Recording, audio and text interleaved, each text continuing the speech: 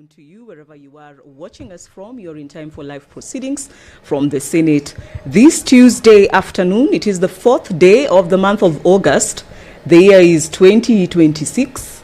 And as per your screen, the chambers are ready to usher in honorable senators for what awaits them this afternoon. On the order paper, a number of motions and bills that are pending before the Senate. The first one, reconstitution of select committees of the Senate, a motion that will be moved by the Senate Majority Leader. And this one is anchored on resolutions of the Senate made on the 12th February 2025, 2nd December 2025, and 17th June 2026 on the approval of senators to serve in various select committees of the Senate, and as guided by the standing orders, it will happen as illustrated that the Standing Committee on Agriculture, Livestock and Fisheries will have Senator Edwin Sifuna CBS MP, replacing Senator Beatrice Ogola MP. The Standing Committee on Energy, Senator Beatrice Ogola MP to replace Senator Moses Kajwang CBS MP. And the Standing Committee on Health, Senator Shakila Abdallah Mohammed MP to replace Senator Joseph Githuku MP. The Speaker's procession on your screen now, a live broadcast brought to you by the Parliamentary Broadcasting Unit in conjunction with the Kenya Broadcasting Corporation. And on behalf of my colleagues and the entire crew, I welcome you to follow the proceedings that will be presided over by the Honorable Speaker of the Senate, Amason Kingi. Good afternoon. Na tuombe. Ewe Mwenyezi Mungu, twakusihi tutazame kwa neema nyingi na baraka sisi watumishi wako ambao umeridhika kutita kwa nyadhifa za uongozi katika jamhuri hii yetu. Twakuomba tuwajalie tuyatende na kufurahia mambo yote yatakayofikishwa mbele yetu kwa njia ya haki na uaminifu, ili kustawisha amani, ufanisi na heri ya nchi yetu na wale ambao haja zao umezikabidhi mikononi mwetu. Amen.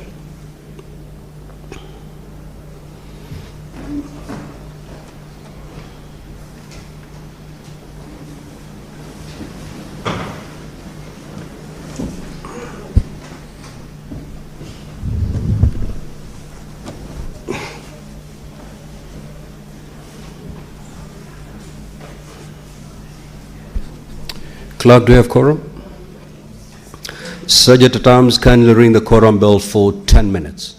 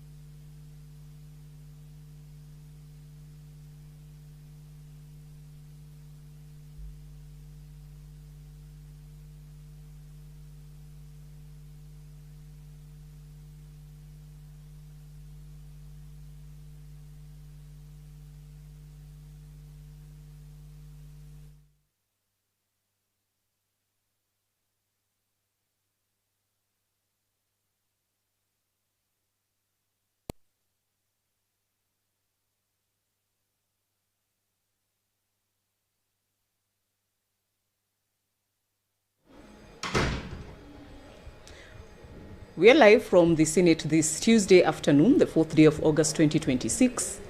The quorum bell is ringing to implore upon senators to come into the chambers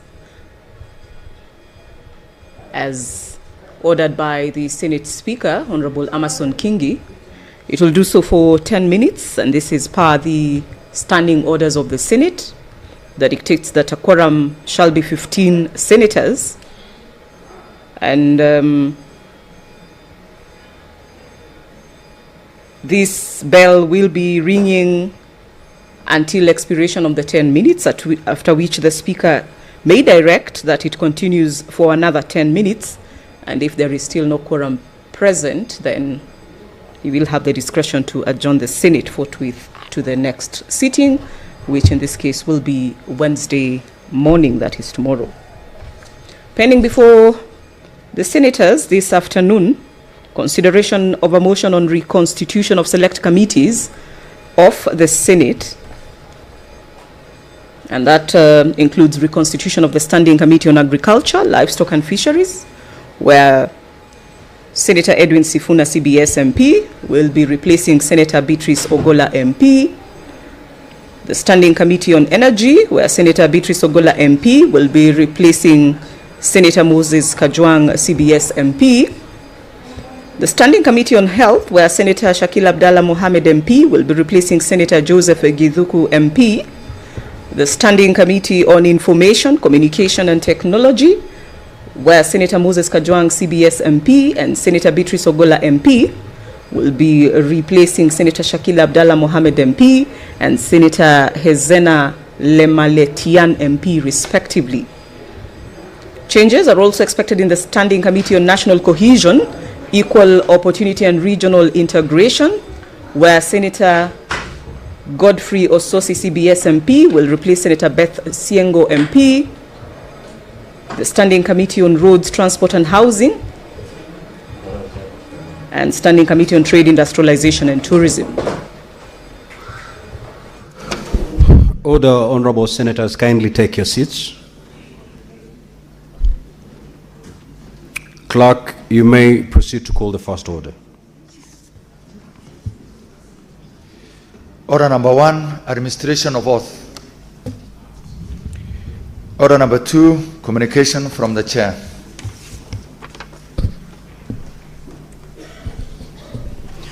Now, honorable senators, as you're aware, Article 96 of the Constitution gives the Senate powers to, among other things, undertake its oversight function.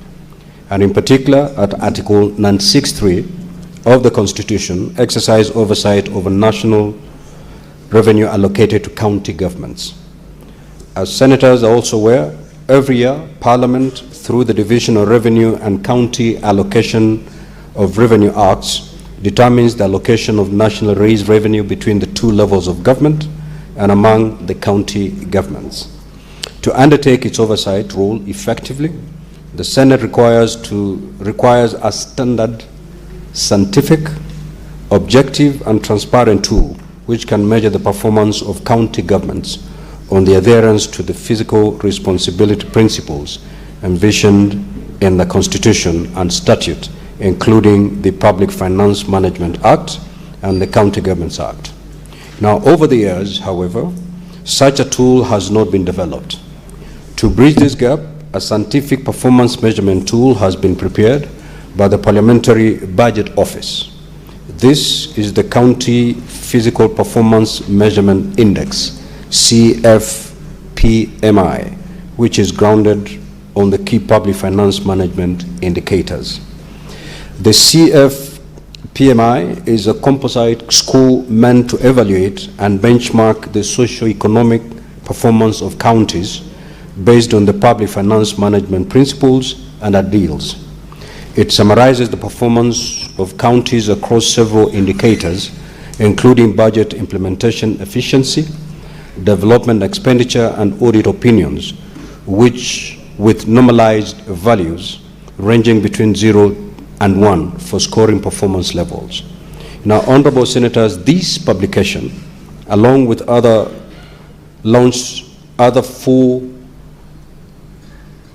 This publication, Honorable Senators, along with 4 others launched earlier in the year, on the 30th of May 2026, will constitute part of the Senate's institutional memory and serve as a useful and practical reference material for yourselves, members of the National Assembly, county assemblies, parliamentary officers, scholars, researchers, and members of the general public who are interested in legislative work.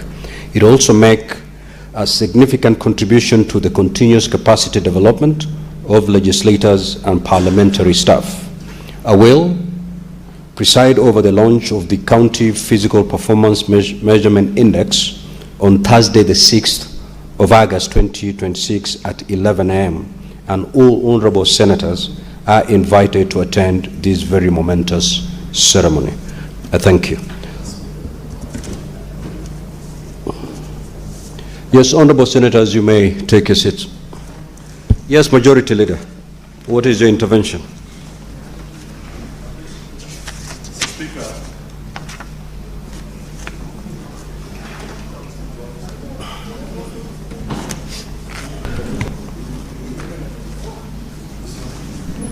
oh, thank you. Mr. Speaker, I just wanted to make a slight comment. What you have commented is very important and monumental. Unfortunately, number one, the AC first in the room was, I think, at 0 degrees. So most members were freezing instead of listening to you. But more importantly, we are just walking to the house, and it's a Tuesday, and it's the first business you've considered.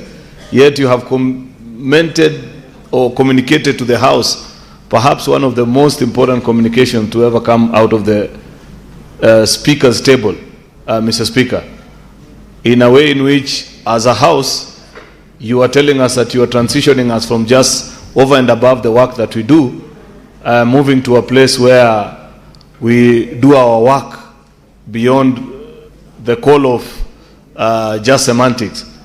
But listening to you, Mr. Speaker, you are telling the country that the Senate of the Republic of Kenya will on Thursday, if I got you correct, Mr. Speaker, this Thursday, that should be the 6th of August 2026, lead the country into appreciating an objective evaluation of the performance of county governments across the Republic while commissioning a report of the same. Mr. Speaker, that is momentous and could not go without a comment or two from the honorable members of this House, Mr. Speaker. So I wanted to request, if you'd permit, I know not all of us will get the chance to speak on the same on Thursday when you're launching this report, but it is just important that the country be made to be aware that send your best journalists to the House on Thursday at 10 a.m. as you have guided, Mr. Speaker, but more importantly is for members to interact with that report and share their perspectives. You know, Mr. Speaker, Senate has been an idle bystander as busybodies have been buying agencies in this town to rate their performance and say as so-and-so, I am the best performing governor or this or that. But now the Senate has properly taken its place as constitutionally expected. And that needs a special mention and appreciation. Thank you, Mr. Speaker, for leading us well in this venture. I thank you. Thank you, Majority Leader. What will be the neatest way of handling this particular issue? Will it be now for honorable members to comment, or the report is launched, it's tabled before the Senate so that members can go through it, and once it's tabled, then members will be in a better position to comment on the same? So then kindly gather with me on the date and time that I've just announced. Let us launch this particular report. I believe maybe the Majority Leader or maybe the Chair Finance and Budget could table the report. Thereupon, honorable senators will have an opportunity to speak to that report. I have a further communication to make before we move to another order. I would like to acknowledge the presence in the Speaker's Gallery this afternoon of a visiting delegation from the Parliament of the Kingdom of Lesotho. The delegation comprises 10 members of staff from the Parliament. The delegation is in the Senate to undertake a benchmarking visit.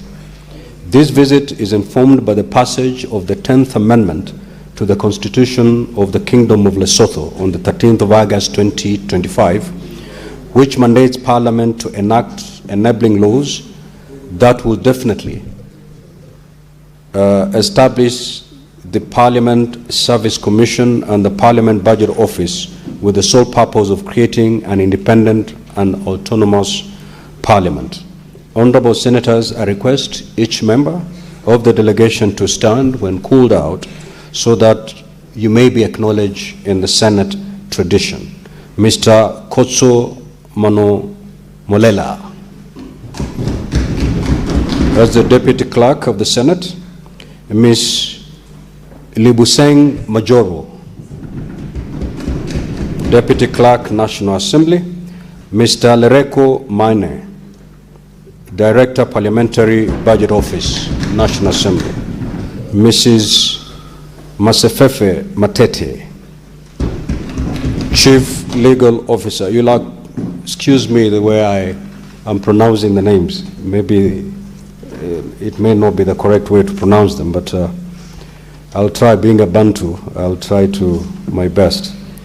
Mr. Fusi Libete, Finance Manager, National Assembly, Mr. Teboho Sekese, the Chief Research Officer, Senate, Mr. Mosito Lelimo, Mrs. Malineo Molele, Ms. Leneo Moleleki, Mrs. Mabasia Matabane. Now, on behalf of the Senate and my own behalf, I extend a warm welcome to you and to the entire delegation and wish you a fruitful and enriching visit. I will request the Senate Majority Leader to extend a word of welcome to welcome this delegation. Mr. Speaker, I welcome these distinguished colleagues of ours from the Kingdom in the Sky, as Lesotho is famously known, the only independent country in the world that is above 1,000 feet. I have been to South Africa, Mr. Speaker, but my escapades did not allow me to enter the Kingdom of Lesotho.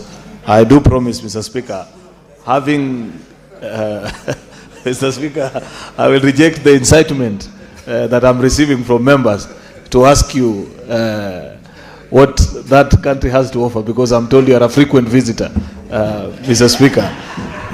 Majority Leader, you're supposed to welcome the visitors, not welcoming the Speaker. Mr. Speaker, I was only requesting that at the next visit, please let me accompany you to this beautiful country. You can see the Senator for Nairobi City County smiling. I know he's your deputy during those escapades, Mr. Speaker.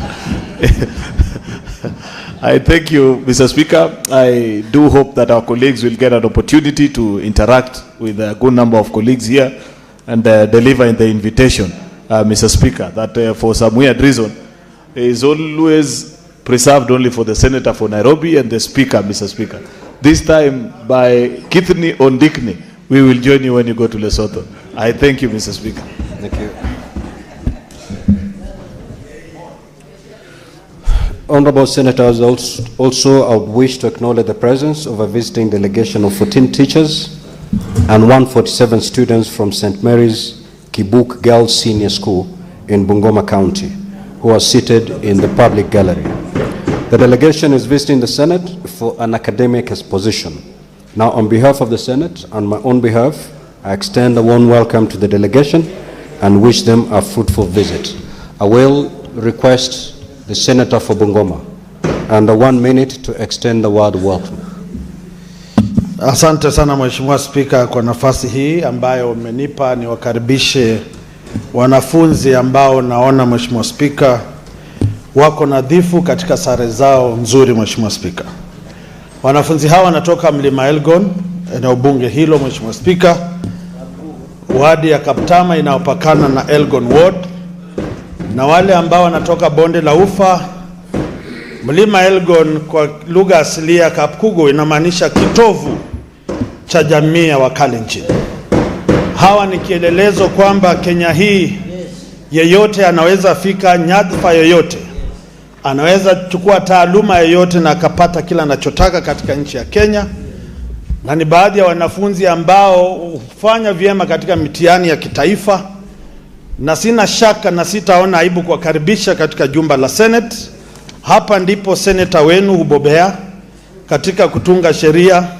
Hapa ndipo seneta wenu humairika wa Kenya wanaposikiza akiwatetea wale wachochole katika nchi ya Kenya. Wale wasichana wa shule hiyo yenu, kuna mabinti hapa maseneta walitia bidii katika masomo yao. Kutoka Bungoma niko na Senator Koni wa Kwabubi, tuko na commissioner kutoka Bunde la Ufa Mheshimiwa Joyce na wengine wengi. Sasa iwapo wewe unataka kuwa kiongozi, tazama hapa kuna mifano yote ya wale waliobobea, waliosoma, na yote inawezekana chini ya jua na juu ya ardhi na hata ndani ya maji. Asante Mheshimiwa Spika, naomba nikomee hapo. Nitakutana nanyi baadaye ili muweze kuendelea kujivunia na kuvuna matunda ya seneta wenu mchapa kazi. Asante sana na Mungu awalinde.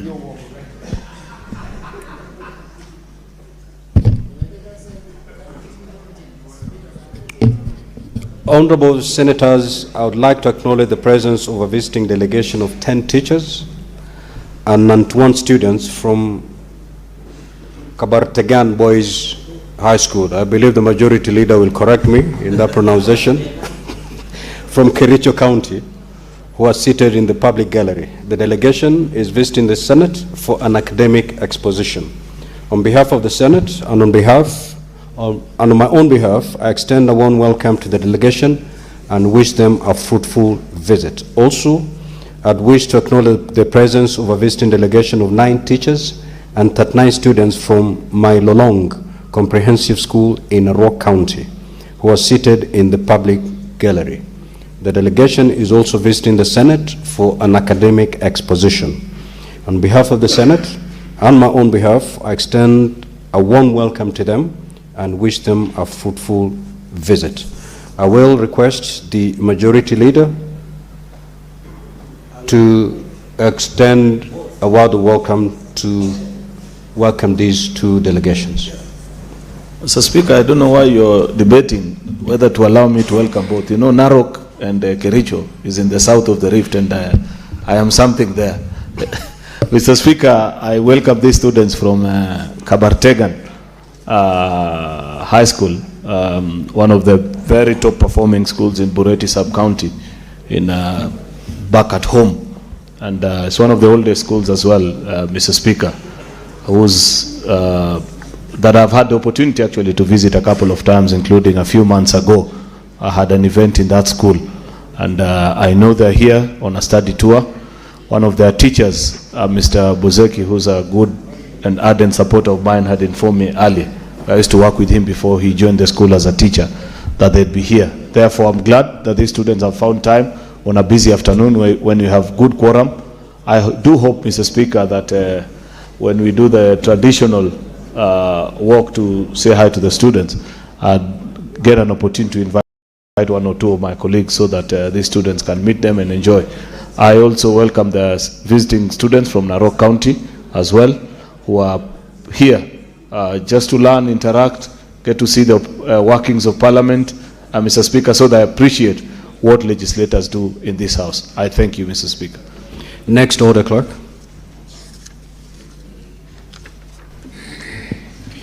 Order number 3, messages. Order number 4, petitions. Order number 5, papers. The majority leader.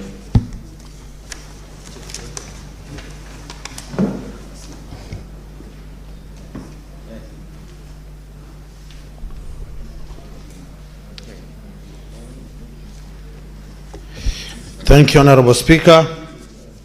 I beg to lay the following paper on the table of the Senate today, Tuesday, 4th August 2026. The Parliamentary Service, Constituency and County Offices Regulations, Legal Number 137 of 2026. Senate Majority Leader. Thank you, Honorable Speaker. The Chairperson, Standing Committee on Justice, Legal Affairs and Human Rights. Any member of JLAC?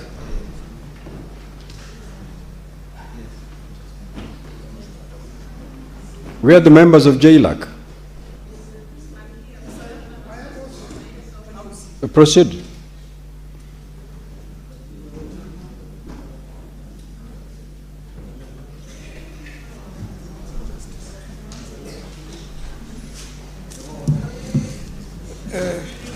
Thank you, Mr. Speaker.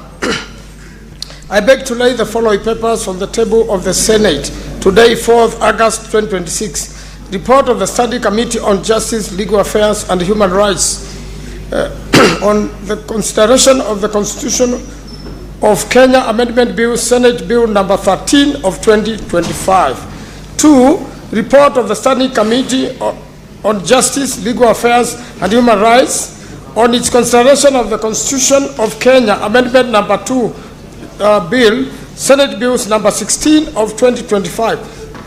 Thank you, Mr. Speaker. This is on behalf of the Chairperson, Standing Committee on Justice, Legal Affairs and Human Rights. Thank you, Mr. Speaker. The Chairperson, Standing Committee on Agriculture, Livestock and Fisheries.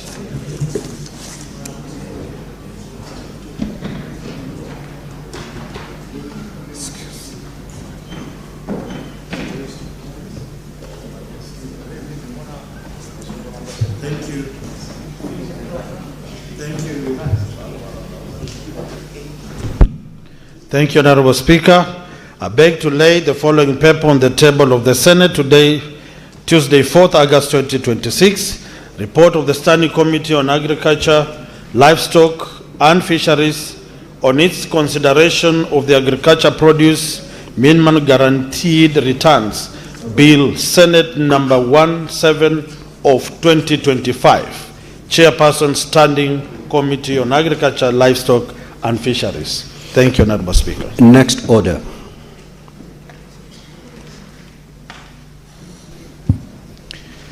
Order number 6, notices of motion. Order number 7, questions and statements.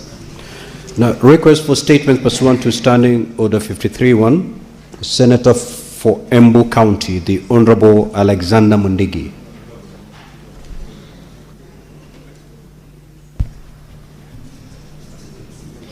Mr. Speaker, sir, request for statement on corrupt branch at Dato Range in Embu County.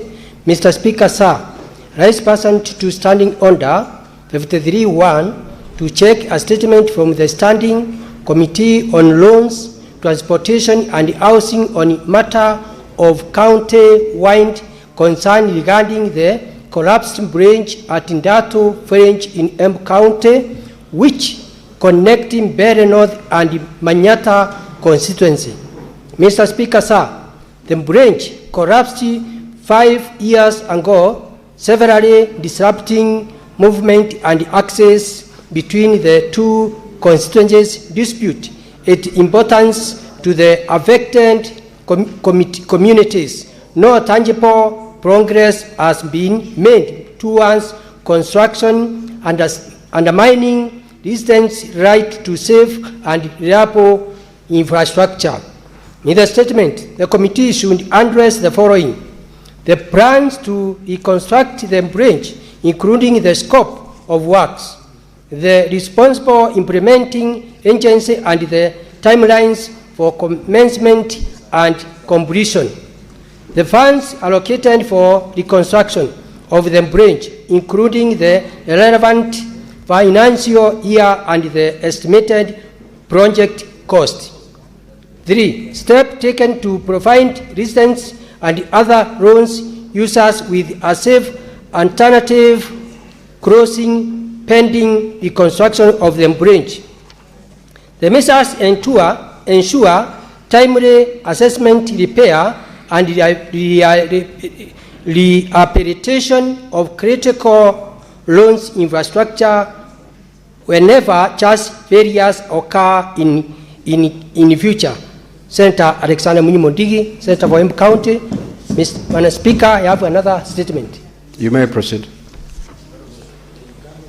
Mr. Speaker, sir, request for statement on provision of service under the Teachers Medical Scheme. Mr. Speaker, sir, I rise pursuant to Standing Order 53-1 to check a statement from the Standing Committee on Education on matter of national concern regarding provision of service under the Teachers Medical Scheme and administered by Medical Administrators Kenya Limited MAKL Insurance Scheme. Mr. Speaker, sir, persistent delays in setting medical claims submitted by accredited healthcare providers between June 2025 and March 2026 have caused financial strain on healthcare providers and, in some cases,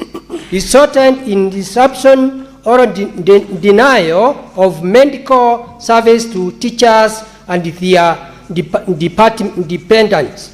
Further, concerns have been raised about a reported deduction of 20% from patients' claims, raising questions of legality, accountability, and protection of teachers' right to timely health care. In the statement, the committee should address the following. 1. The total number and value of unsettled claims for the period June 2025 to March 2026, disaggregated by a provider, and the other reasons for delayed settlement.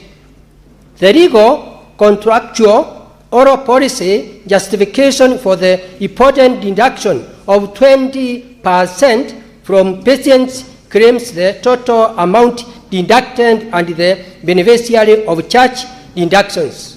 3. Whether the Ministry of Education or the Teacher Service Commission, TSC, has undertaken audit or investigations into the delays and the finding or actions taken against responsible parties.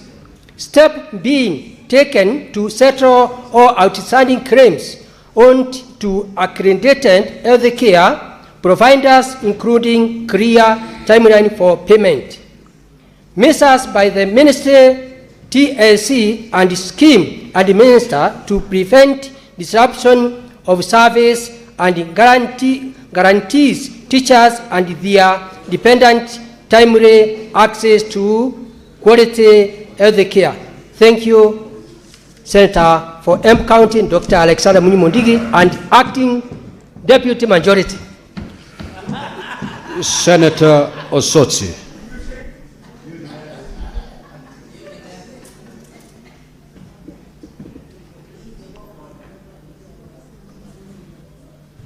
Thank you, Mr. Speaker. Mr. Speaker, I wish to request for a statement on the ongoing harassment of the residents of Munungo Village in Mwibona Ward of Vihiga County and the neighboring Ramula area, which is on the boundary with Siaya. Mr. Speaker, I rise pursuant to Standing Order 53-1 to seek a statement from the Standing Committee on National Security, Defense and Foreign Relations on the matter of county-wide concern regarding the continued harassment of the residents of Munungo Village, Miwona Ward, Vihiga County, and the nearby Ramula Village, which is on the boundary with Siaya, since 7th April 2026, in connection with the mineral prospecting activity in the area.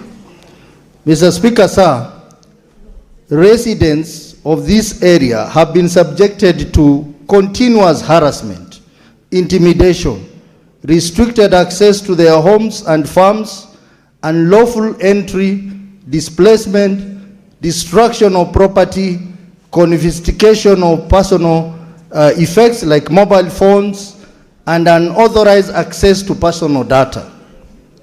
Security officers have continued operations despite conservative orders on 5th February 2026 by the Environment and Lands Court sitting in Siaya, which barred any involuntary resettlement, land acquisition, or related compensation processes by Shanta Gold pending the hearing of petition number ELC 1 petition case number E002 of 2025. Demonstrations arising from the disputes in that area have led to numerous deaths, injuries, unlawful arrests, while motorcycles and other properties belonging to the residents remain in police custody. Mr. Speaker, this Sunday I held a public participation in that area, and immediately I left, the police descended on the people there. Senator Osotsi, read your statement as approved by the chair, please. Very well. In the statement, the committee should address the following. 1, the circumstances surrounding the deployment of police officers, including officers of the General Service Unit, GSU, to Munungo village, outlining their mandate, the duration of the operation, and the persons or entities that requested or authorized the deployment.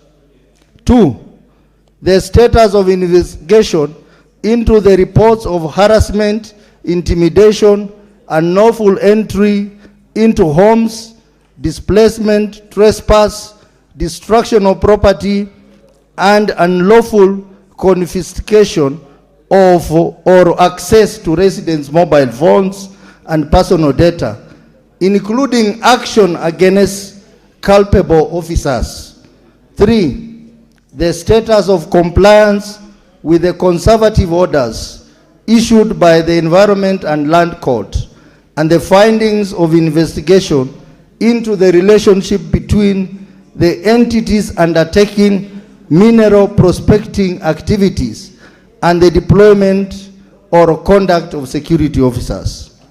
4, the status of investigation into the death, injuries, and arrests arising from demonstration in the area, including the measures taken to establish accountability and prevent recurrence. 5, the number and description of motorcycles and other properties held by the police following the security operation, the legal basis for their continued detention, and the measures taken to facilitate their lawful release. Thank you, Mr. Speaker. Senator Fatuma Dulo.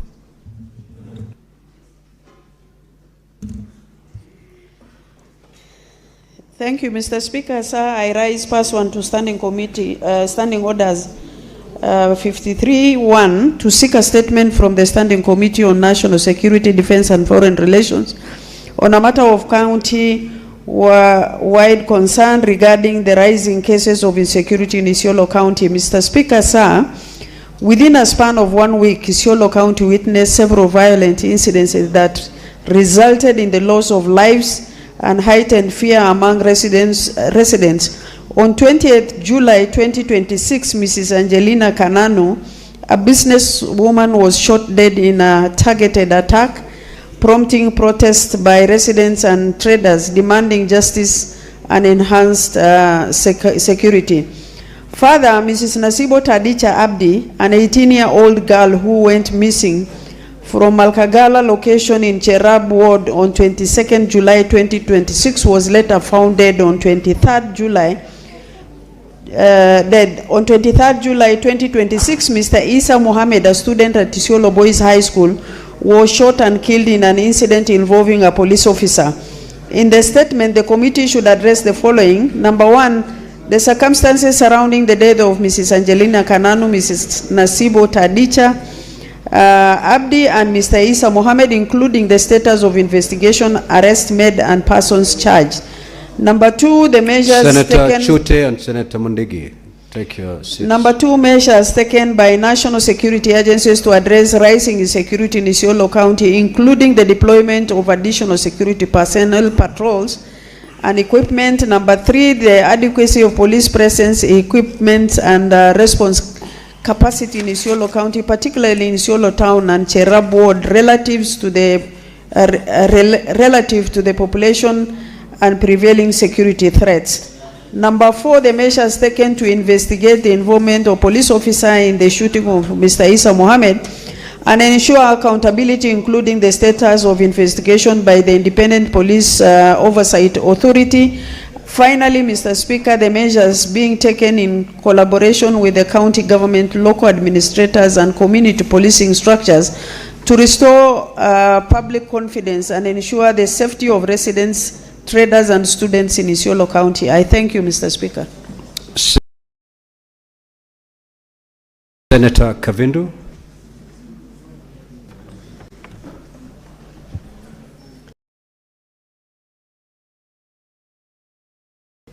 Thank you, Mr. Speaker. Request for statement on alleged abduction of Mr. Jimmy Mutava in Mlolongo, Machakos County. Mr. Speaker, I rise pursuant to Standing Order 53-1 to seek a statement from the Standing Committee of National Security, Defense and Foreign Relations on a matter of countrywide concerns regarding the alleged abduction of Mr. Jimmy Mutava in Mlolongo, Machakos County. Mr. Speaker, sir, the abduction of Mr. Mutava by armed masked individuals has heightened public fear among residents of Mlolongo and the larger Machakos County and raised serious concerns about the resurgence of the abduction, undermining citizens' constitutional rights to security and protection. In the statement, the committee should address the following. 1, the circumstances surrounding the alleged abduction of Mr. Jimmy Mutava, including the progress of investigations, the action taken by the National Police Service and other relevant security agencies to establish his whereabouts, and the timelines of the responses from the time the incident was reported.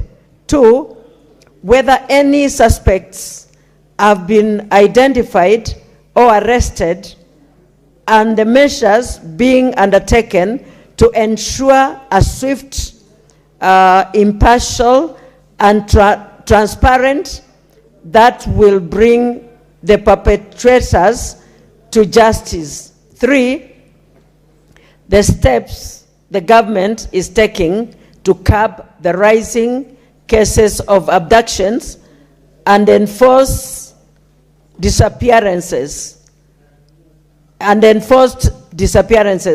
strengthen the public safety in Machakos County and nationwide, and restore public confidence in the country's security agencies.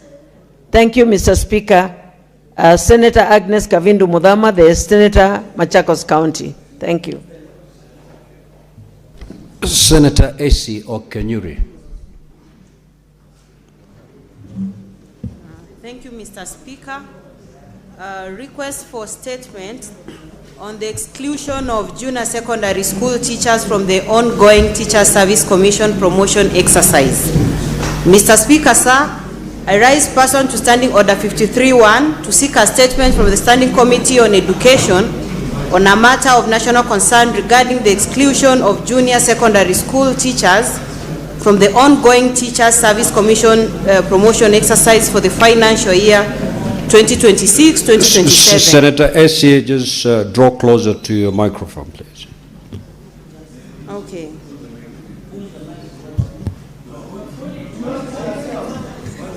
Request for a statement on the exclusion of, on the exclusion of junior secondary school teachers from the ongoing Teacher Service Commission TSC promotion exercise.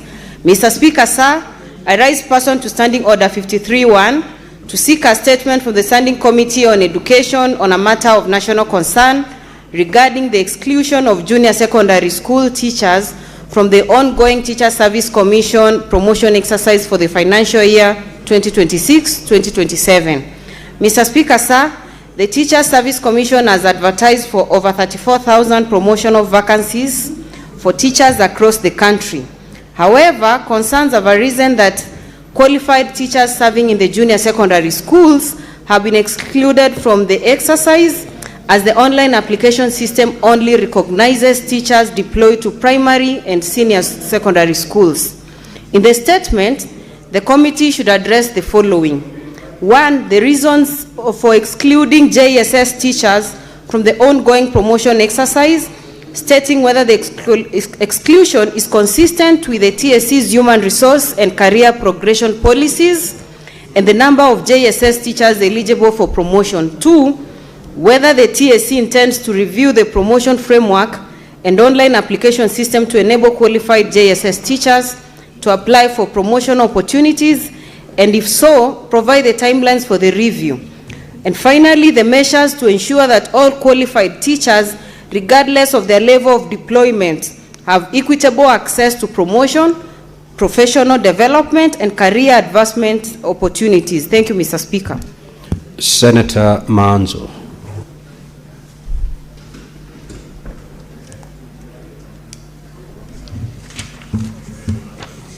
Thank you, Mr. Speaker. This is a request for a statement on the market access for farm produce from Makueni County. Mr. Speaker, sir, I rise pursuant to Standing Order 53-1 to seek a statement from the Standing Committee on Trade, Industrialization and Tourism on matter of countrywide concern regarding market access for mangoes, green grams, and pigeon peas produced in Makueni County.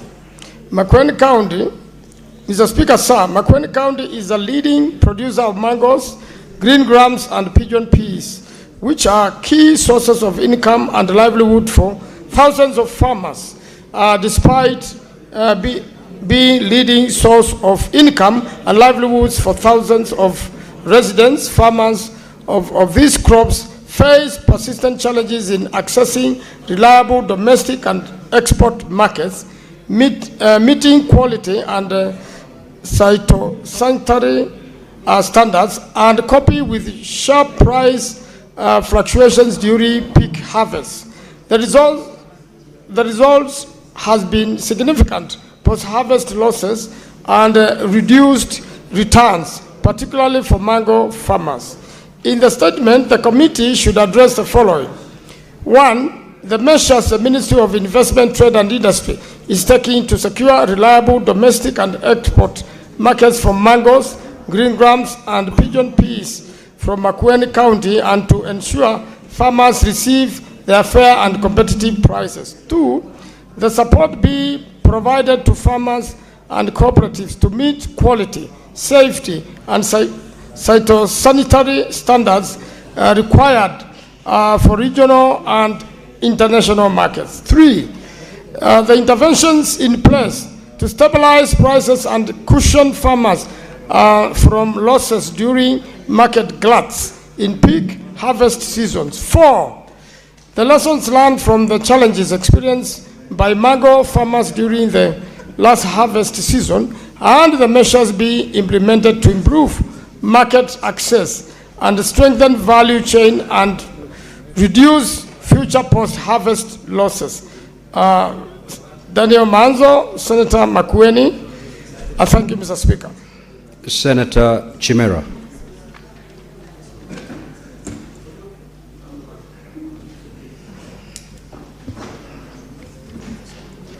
Thank you, Mr. Speaker. This is a request for a statement on the status of implementation of the 2017 Collective Bargaining Agreement, CBA, for healthcare workers.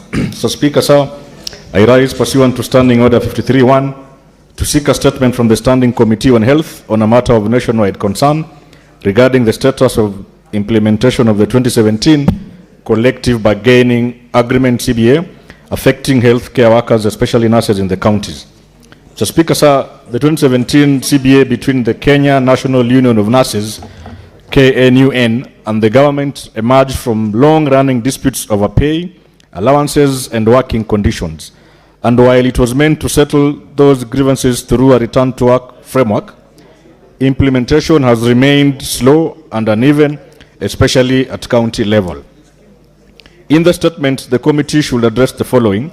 Number one, the status of implementation of the 2017 Collective Bargaining Agreement, CBA, in each county, indicating the provisions that have been fully implemented, partially implemented, or remain outstanding.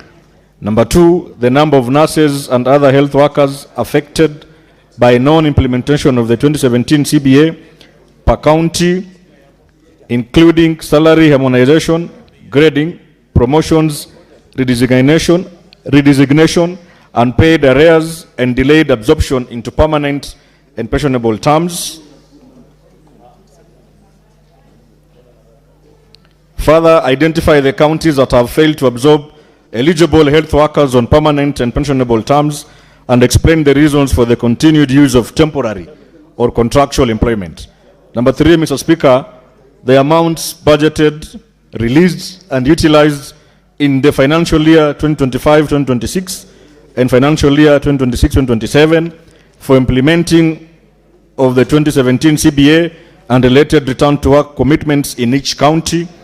Number four, Mr. Speaker, the measures taken to enforce county government's compliance with the scheme of service, promotion guidelines, and applicable labor and public service standards in the health sector. And lastly, Mr. Speaker, the immediate and long-term measures being implemented to prevent recurrent health workers' strikes and ensure uninterrupted healthcare services in county referral hospitals and other public health facilities. Yours truly. Thank you.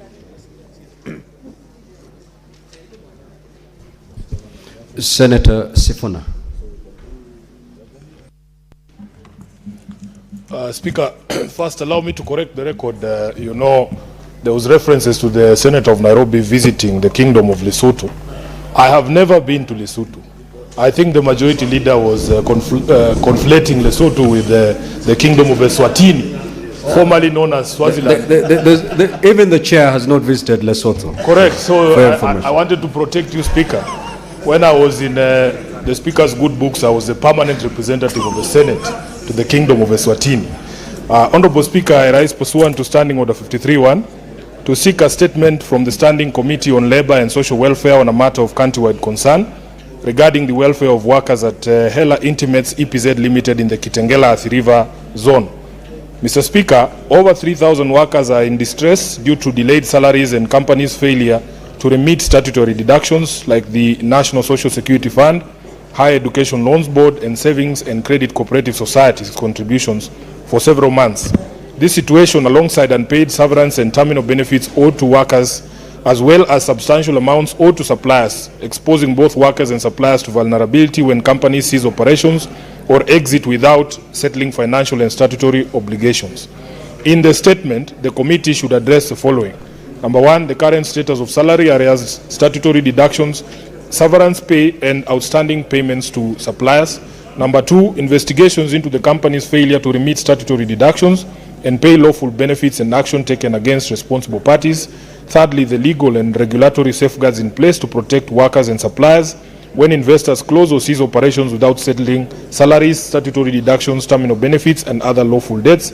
And finally, measures by the Ministry of Labor and Social Protection and relevant agencies to ensure timely access to salaries, benefits, and statutory entitlements in similar cases going forward. I thank you, Speaker. Senator Faki. Thank you, Mr. Speaker, sir. Mr. Speaker, sir, I rise pursuant to Standing Order number 53-1 to seek a statement from the Standing Committee on Lands, Environment and Natural Resources on a matter of inter-county concern regarding the disbursement of funds under the Kenya Marine Fisheries and Socio-Economic Development KEMSFED project. Mr. Speaker, sir, the project valued at Kenya shillings 10 billion for the period 2020-2025 is implemented by the government of Kenya through the State Department of Blue Economy Fisheries with the support from the World Bank.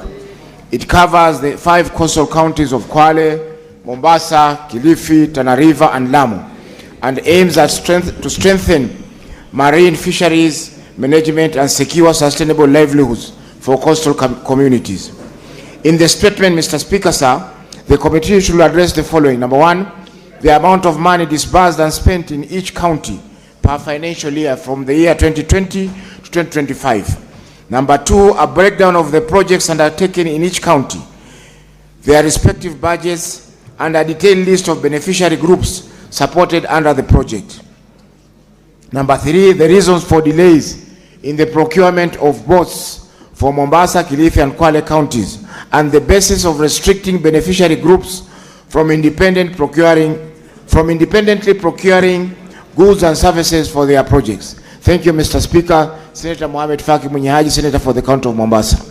Senator Lominen.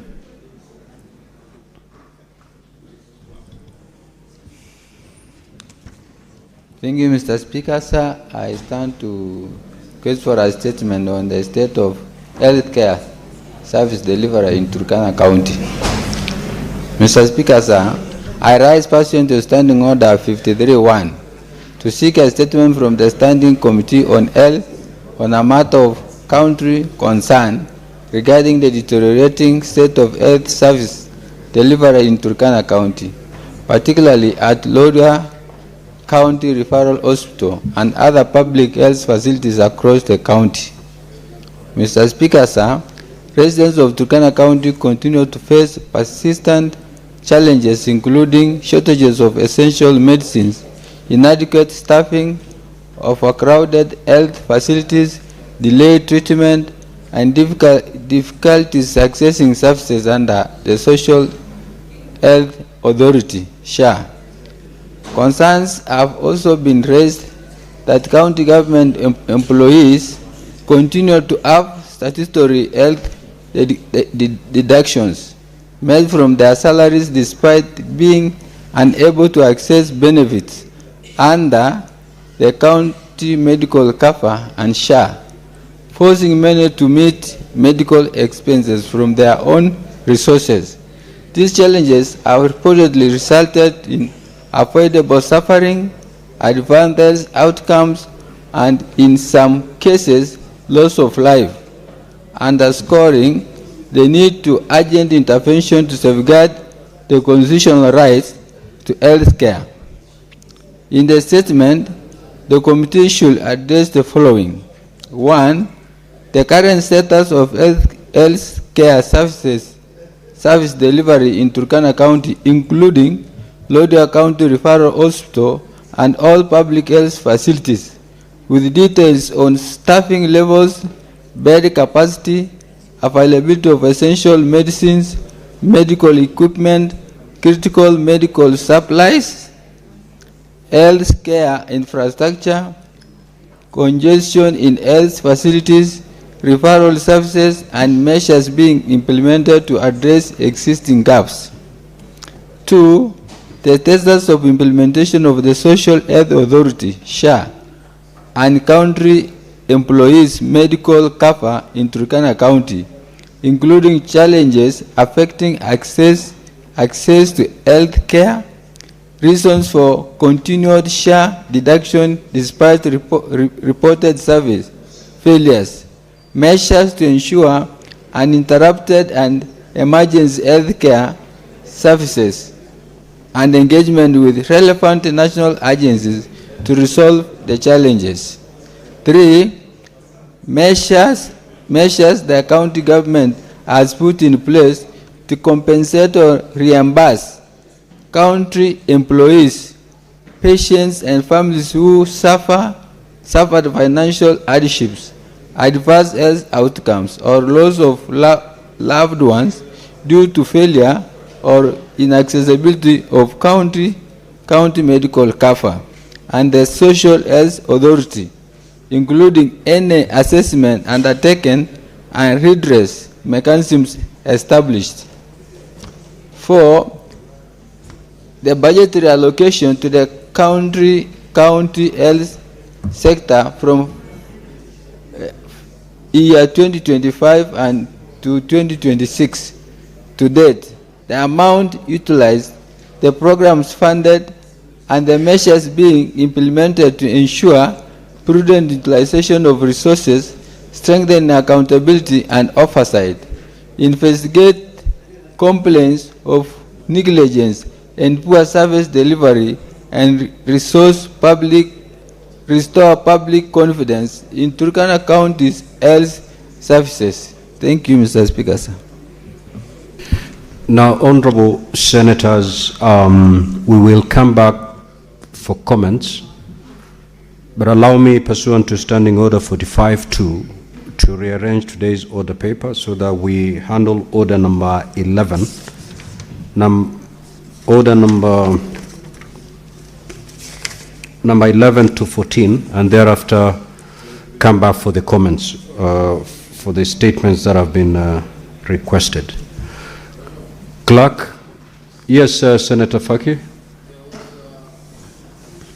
There was the report of the Delegated Legislation Committee, and I can see the chair is in the House, on the consideration of the 5 or so instruments from the NTSA.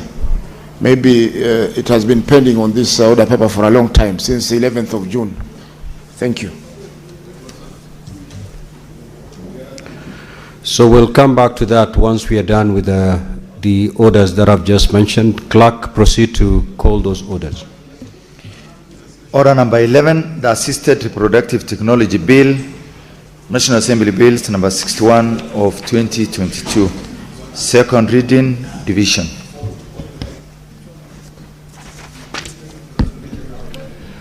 Sergeant at Arms, kindly ring the division bell for 3 minutes.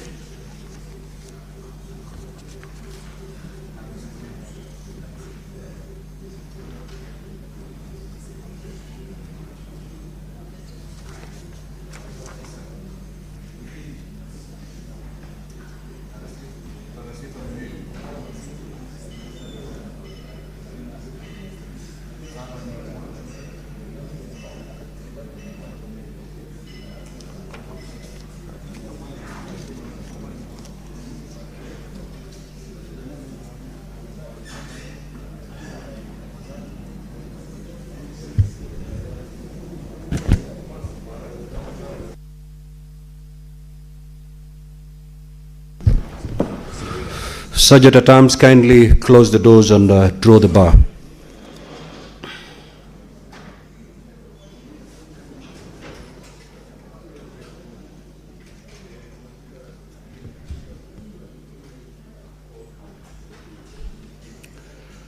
Now, honorable senators, we are doing division on order number 11.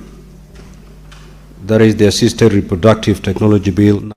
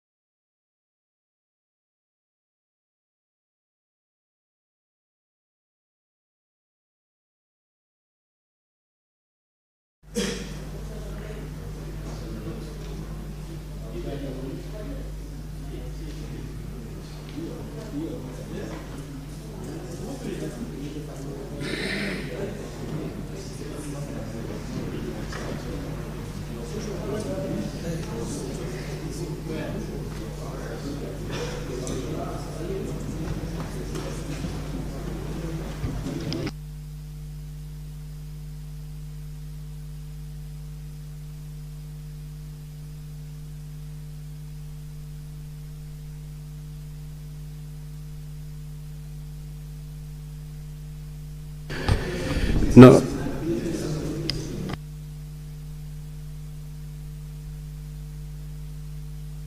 Senator Mbugua and Senator Joyce kindly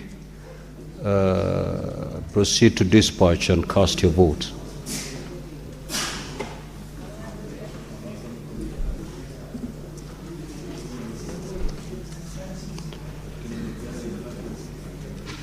And honorable senators, we will move to the next order, and then at the end I will announce the results for each order at the same time.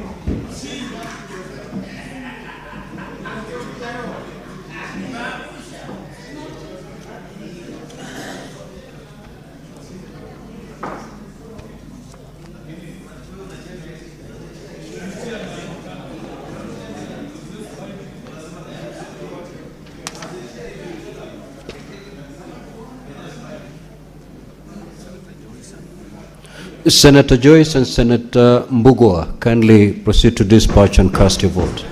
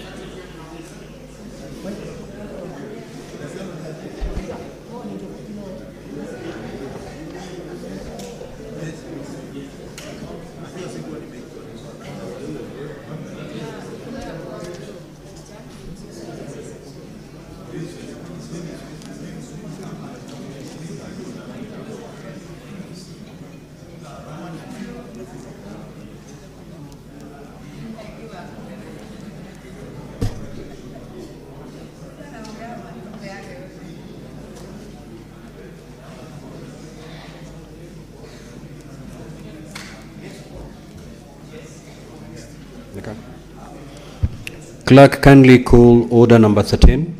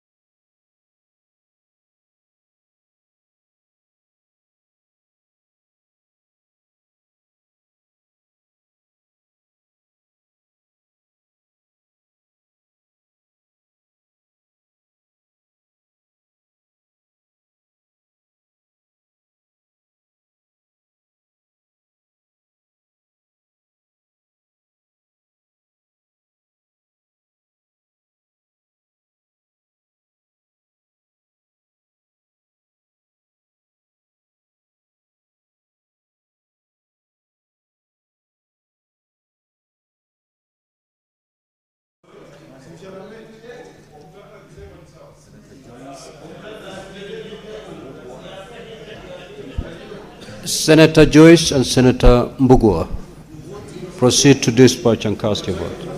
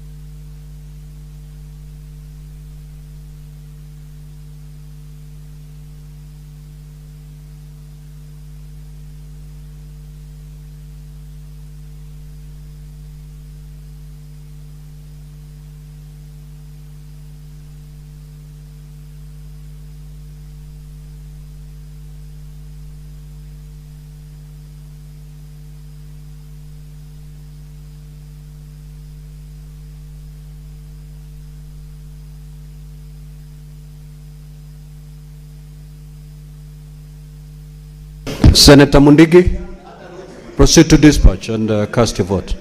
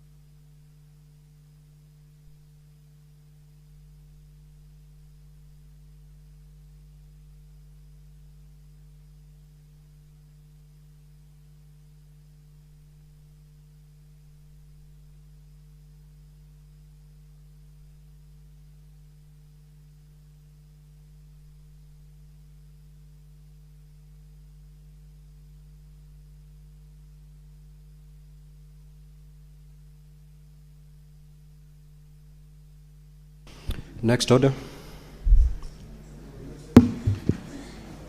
Order number 14, the Mining Amendments Bill, Senate Bills number 22 of 2025. Second reading, division.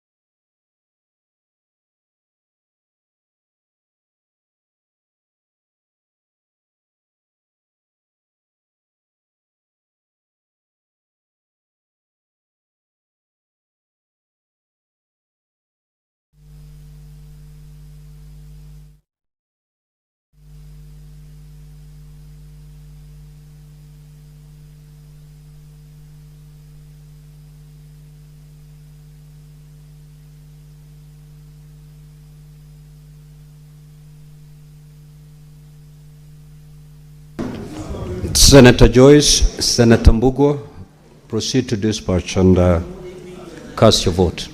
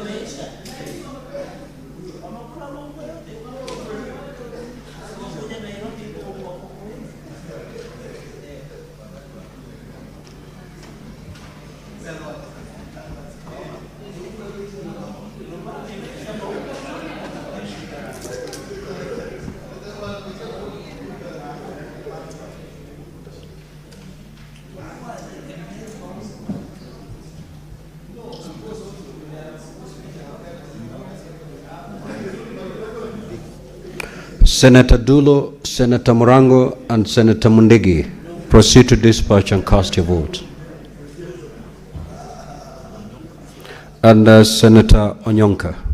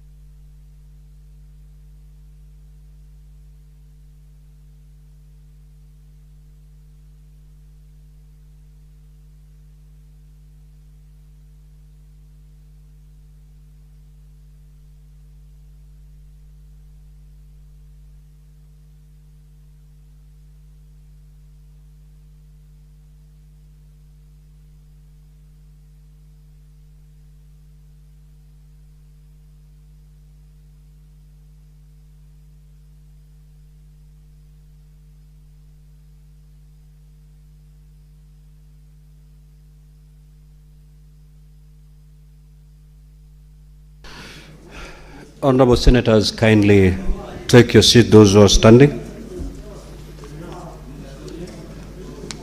Now, the result of the division is as follows. Starting with order number 11, that is the Assisted Reproductive Technology Bill, National Assembly Bills number 61 of 2022. The ayes are 27, nays 0, abstention 0. So the ayes have it. A bill for an act of parliament to provide for the regulation of assisted reproductive technology, to prohibit certain practices in connection with assisted reproductive technology, to make provision in relation to children born of assisted reproductive technology processes and for connected purposes. Now the vote on order number 12, that is the Kenya Roads Amendment number 3 bill, National Assembly Bills number 3 of 2025. The ayes 2, the nays 25, abstention 0. So the nays have it.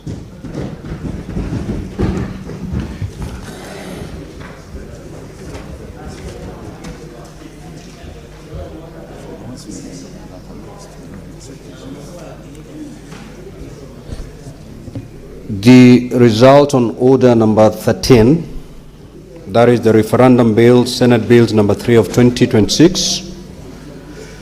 Nays at 24 votes, the nays 1, abstention 2. So the ayes have it.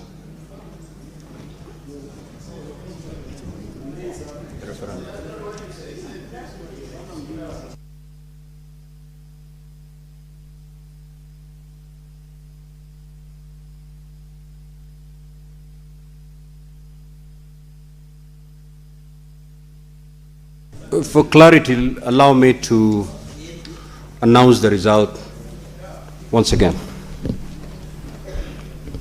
The ayes at 24, nays 1 vote, abstention 2 votes. So the ayes have it. And that is on order number 13, the referendum bill, Senate Bills number 3 of 2026. A bill for an act of parliament to provide for the conduct of referendum and for connected purposes. Now the result on order number 14, that is the Mining Amendment Bill, Senate Bills number 22 of 2025. The ayes 20, nays 7, abstention 0. So having failed to attain the requisite threshold, the bill is lost. Sergeant at Arms, you may now open the door and withdraw the bar.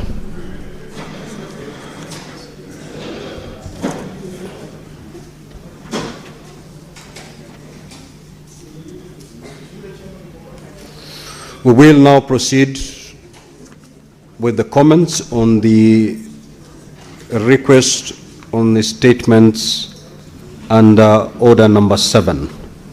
Senator Kavendu Mudama.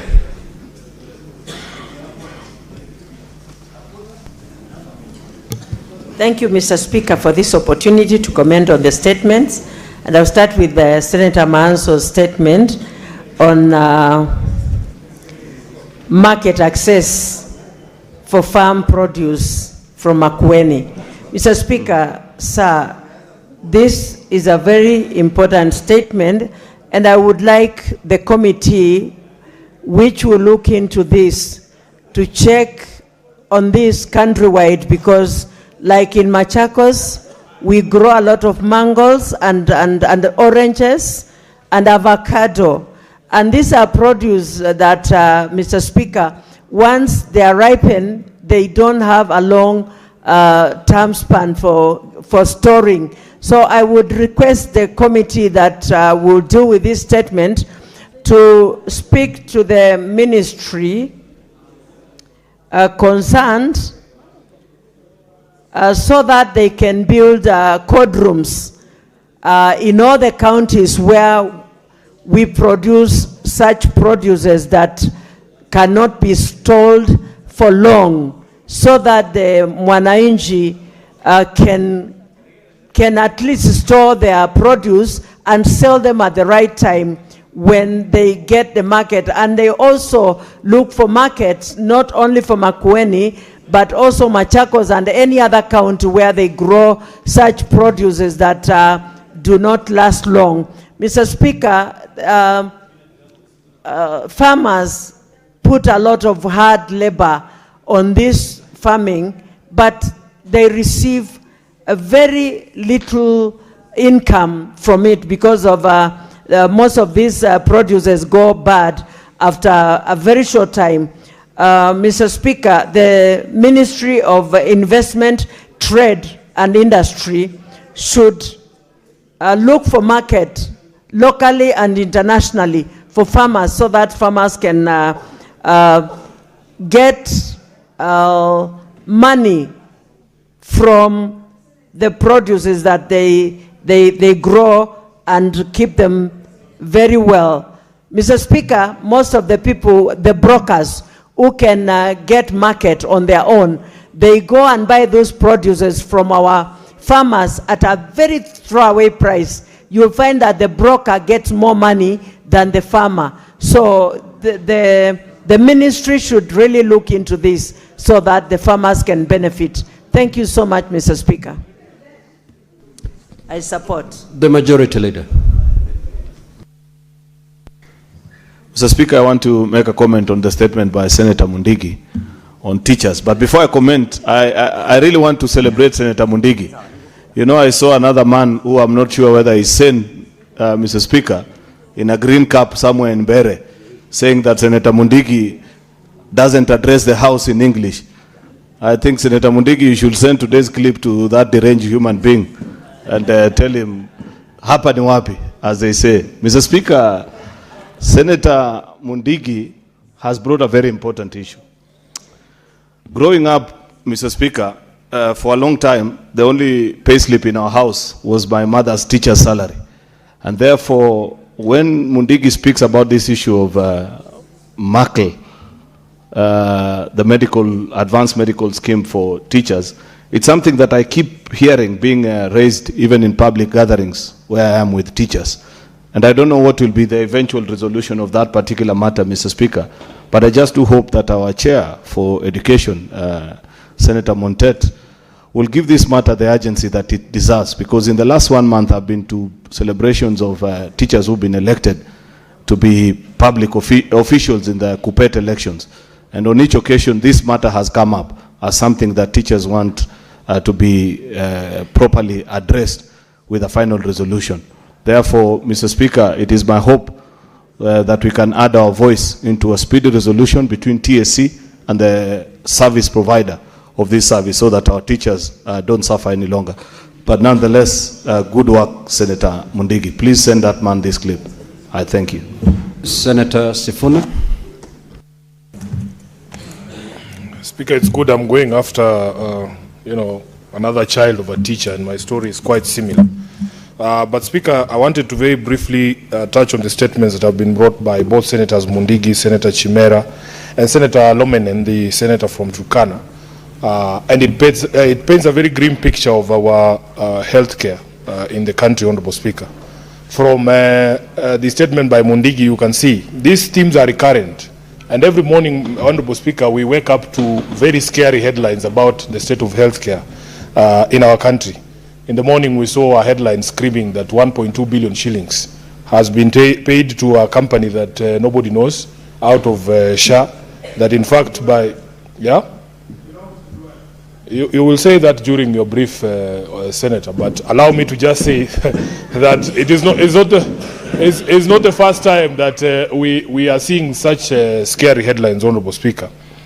You've heard Senator Chimera complain of repeated violations and non-respect for collective bargaining agreements that have been signed.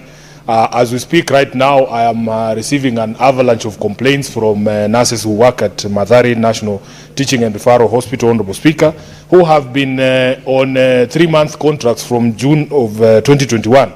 And if you compare, because of their status, Honorable Speaker, how much they are earning, compared to those of their colleagues who are on permanent and pensionable.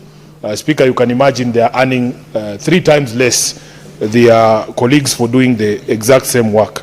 So all these stories that we see point to a problem or a crisis in the healthcare sector. And in fact, Kenyans are telling us that if there are 2 things we need to resolve, Honorable Speaker, is the healthcare system and of course our education system. And we are hoping that we can have conversations, Honorable Speaker. Part of the problem, and I want Kenyans to understand this, part of the problems is the shadiness of this business, Honorable Speaker, the lack of transparency. Why do we have, for instance, to hear from hospitals that there is a deduction on hospital reimbursements of 2% that nobody knows what it is for? It is forcing medical facilities to go to court to be told what this deduction is for.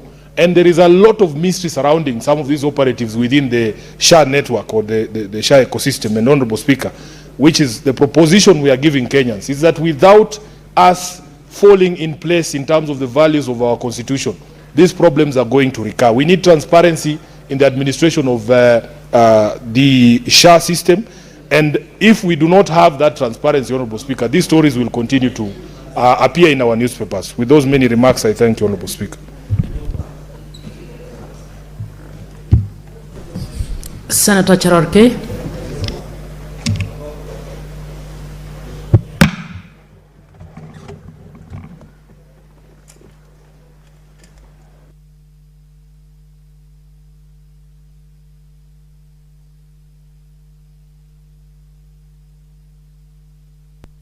Thank you, Madam Speaker. Sorry for this opportunity. I want to comment on 2 statements by the Senator of Embu and nominated Senator from Kwale. One is that we are having crisis, Madam Speaker. I want to call upon you, Madam Speaker, as the chair of this session, understanding number 1, to order by next week, Tuesday, that the Health Committee should brief the country. Madam Speaker, we are facing crisis. Kapsabet County Referral Hospital, as we talk today, is closed. Madam Speaker, I believe the police station, the hospital, and any other, Madam Speaker, should not be closed for whatever reason. Madam Speaker, we are facing a crisis, and I expected the Committee of Health to brief the House. It has been happening for the last few days, Madam Speaker. And the people who suffer the most are the people who we represent, Madam Speaker. In the history of County of Nandi, this is the first time that Kapsabet County Referral Hospital is being closed. A number of health facilities in Nandi County have been closed because of the CBA disagreement between the county government, the governor, and the health nurses in terms of their promotion, work environment, lack of medical access, Madam Speaker, and many other issues. And I don't know, Madam Speaker, because maybe my colleagues, the stories in their counties are totally different. But what we are seeing, Madam Speaker, is that this CBA we must negotiate so that we can agree as a country, can you consult in law terms? Madam Speaker. Just hold on a little, Senator Jared Kay. Honorable Senators, please consult in law tones so that the speaking senator can be heard. Thank you, Madam Speaker. I think this is a very serious crisis, that the issue of CBA and health workers, we must look at it. The Kenya National Union of Nurses, Kenya Union of Clinical Officers, and other health practitioners, we are suffering. Colleagues and Madam Speaker, you must come out strongly. Just the way we are talking about medical cover for teachers, I want to appeal that this matter must be resolved so that our teachers can access the medical cover. Finally, on the insecurity in Isiolo, Madam Speaker, I'm surprised the chairperson of National Security is also complaining like all of us. And she was with the Minister of Health a few minutes ago. But you know, the Minister of Interior is busy doing kingpin politics. He's moving around Kalenjin counties, Madam Speaker, and therefore he will never have time to come to Isiolo. Madam Speaker, he has been attacking the Senator of Uasin-Gishu, the Senator of Kericho. Madam Speaker, therefore, I don't think you will have time to come to Isiolo. Senator Dulo, we leave you with God and the Holy Spirit, Madam Speaker, because some of us know what he wants to achieve. While we are assisting the President to fix many issues, he is fixing the issues of kingship politics and 2032 succession politics. Madam Speaker, with those many remarks, I beg to yield the mic back. Senator Beatrice Ogola. Madam Speaker, I rise to comment on the two statements by the Senator of Embu, Senator Mundigi. The first one that touches my heart, Madam Speaker, is about a collapsed bridge at the Ndatu village. Madam Speaker, all Kenyans deserve some services. Madam Speaker, these bridges, this is a problem that is akin to a problem we have in North Kabwoch Ward of Ndewa constituency, Madam Speaker, in a village called Wagasi. Madam Speaker, there's a very, very big problem in that village because along the river Riana, which will soon be full when the rains begin, Madam Speaker, and we have two villages there called Orembe village and Maram village. Madam Speaker, pupils and students in that village will not go to school the moment that river gets filled up. Madam Speaker, if you see how pathetic the situation is, Madam Speaker, just recently when I was in the village, we had even to contribute with the villagers, Madam Speaker, to make a makeshift bridge that would allow these pupils, the women that walk across that river, and Madam Speaker, that river is also crocodile infected. And so I support this statement, and I want to say that our people need the services from the roads department, whether it's from the county governments or from the national government. Our people need to have permanent bridges that will help them move from one village to the other. Secondly, Madam Speaker, I want to comment on the statement on the medical insurance of teachers. And I want to thank you, Senator Mundigi, that you continuously talk about the plight of teachers. Me being a teacher, Madam Speaker, I know the work that teachers do in this republic. And so, Madam Speaker, the issue of the medical cover of teachers need to be looked into. Madam Speaker, just the few times I've visited a number of teachers in hospital, there was a very bad case of a teacher who had to wait for clearance from the insurance, from the insurer, in order to begin treatment. And so, Madam Speaker, because of the nature of work teachers do, and other public officers, the medical cover of teachers must be looked into, and I congratulate you, my brother, Senator Mundigi, for bringing these issues to Parliament. I support. Senator Okenyuri. Thank you, Madam Speaker, and I want to support the statement by Embu Senator Mundigi. And the Senator has been consistent in supporting issues that affect the people in this House, Madam Speaker. And I also wish to comment that the matter on the medical cover for teachers has kept recurring. And some time back, I saw pronouncements by both the Ministry of Health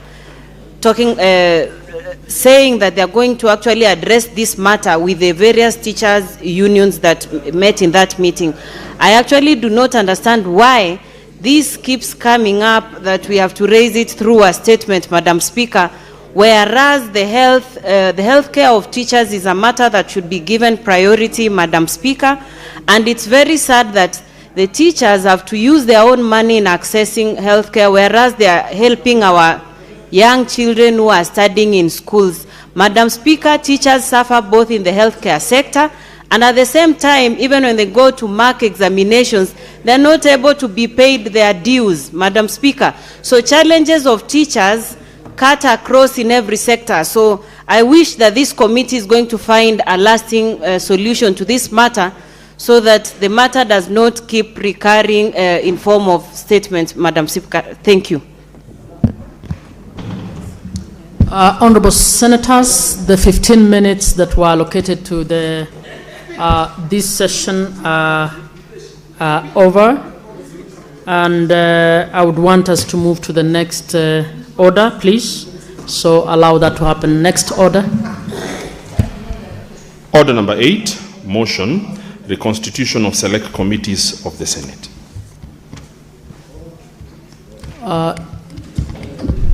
Who's the mover of this? Majority Leader?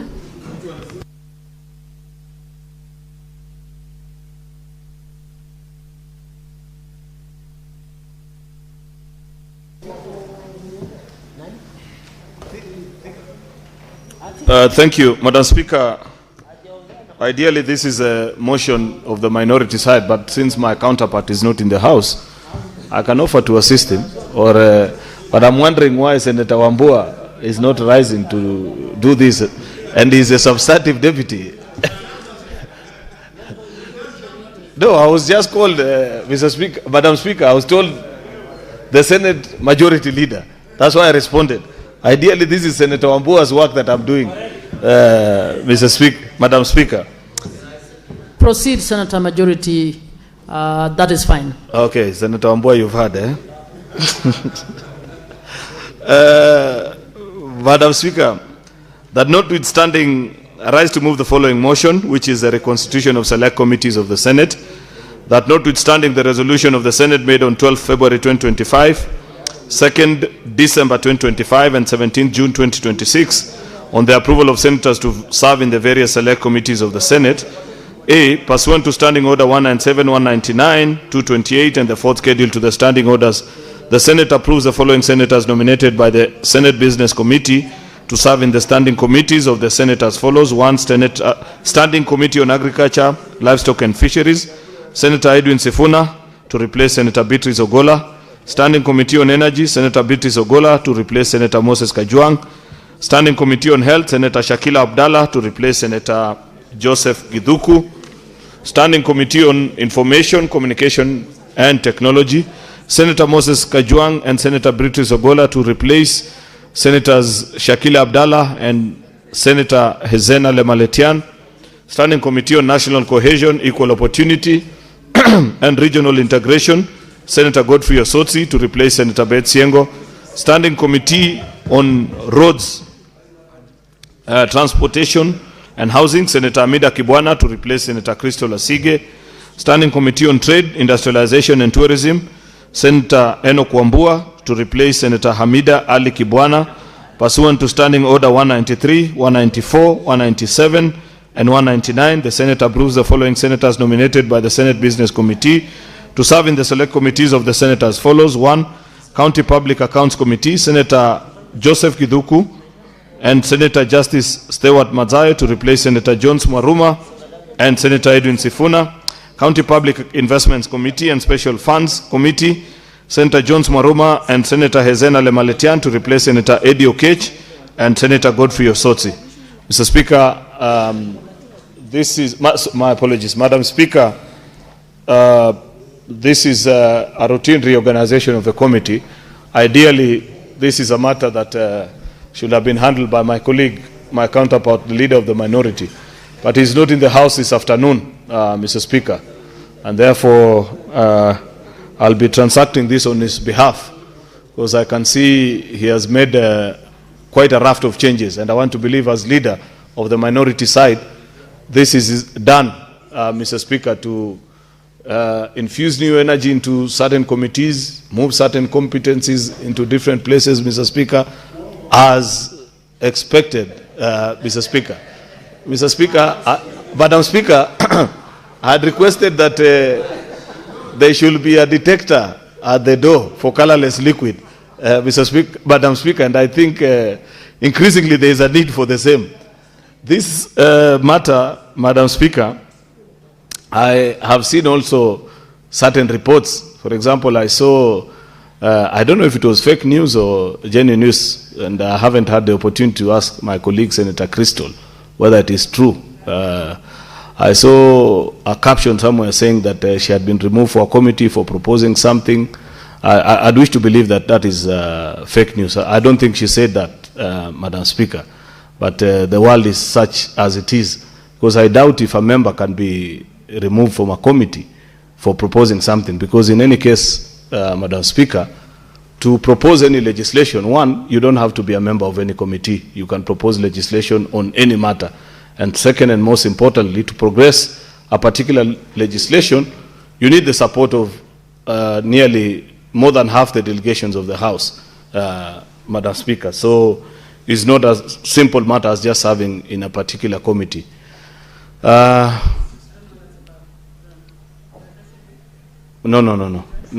It's not to you, Senator Crystal. It is a comment. Senator, you're not being addressed. I think that's not directed at you at all.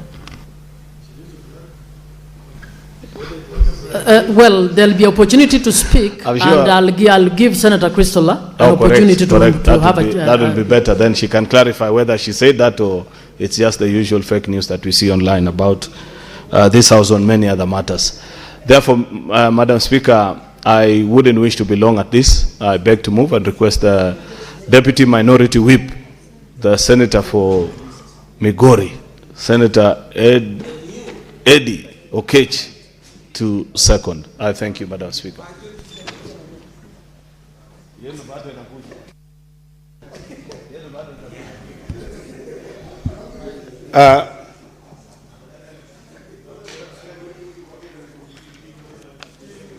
Madam Speaker, I wish to second this motion right from the onset.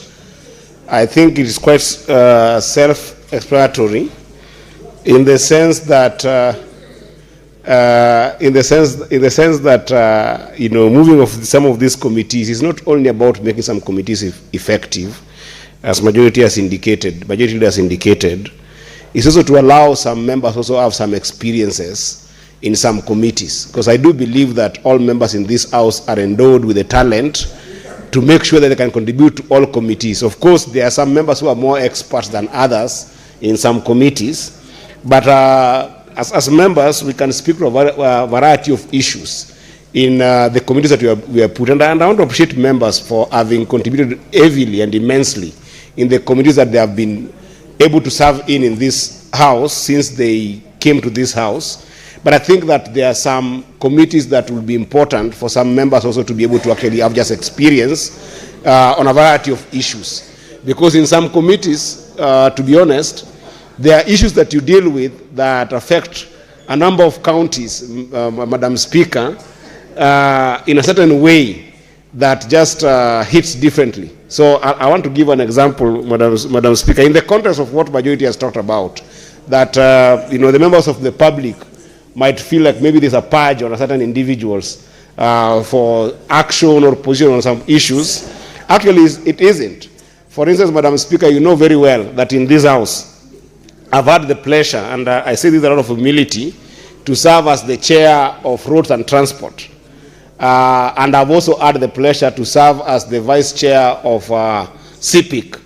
And Madam Speaker, these changes basically have removed me from those two positions. Somebody might argue that, oh, now you are the deputy minority leader, Madam. The deputy minority whip. But Madam Speaker, you know that my vice chair at the Committee of Roads and Transport is equally a deputy minority whip, who you would expect that should not be holding that position and then also becomes a vice chair or a chair of a committee. But you see, I have been stripped of all those positions, yet he has remained. So if I wanted to cry, I would cry that that why am I being removed from the position of chairing transport, or the position of vice chairing of CPIC? But I'm not complaining, because I do understand that I've been removed from CPIC because other members ought to actually be able to have the best experience that I've had there. And I've been removed as a chair of Roads and Transport because other members need to also,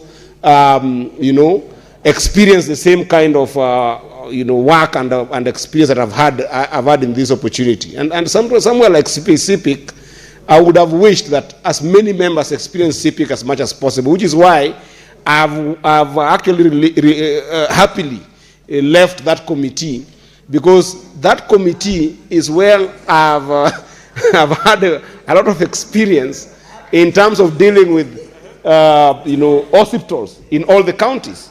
I've also had the experience of dealing with a number of municipalities. I know we will be voting at some point on the issue of thicker municipalities and the request to make it a city. The bird's eye view position on these matters are canvassed in CPIC, Madam Speaker. I also know that we have got some serious issues on water resources in our counties. especially how the WSPs function in our counties. I think that I've had a mine of information together with my chair, who I've really respected working with and appreciated working with, Senator Osotsi, who was the chair of CPIC, and I was his vice chair.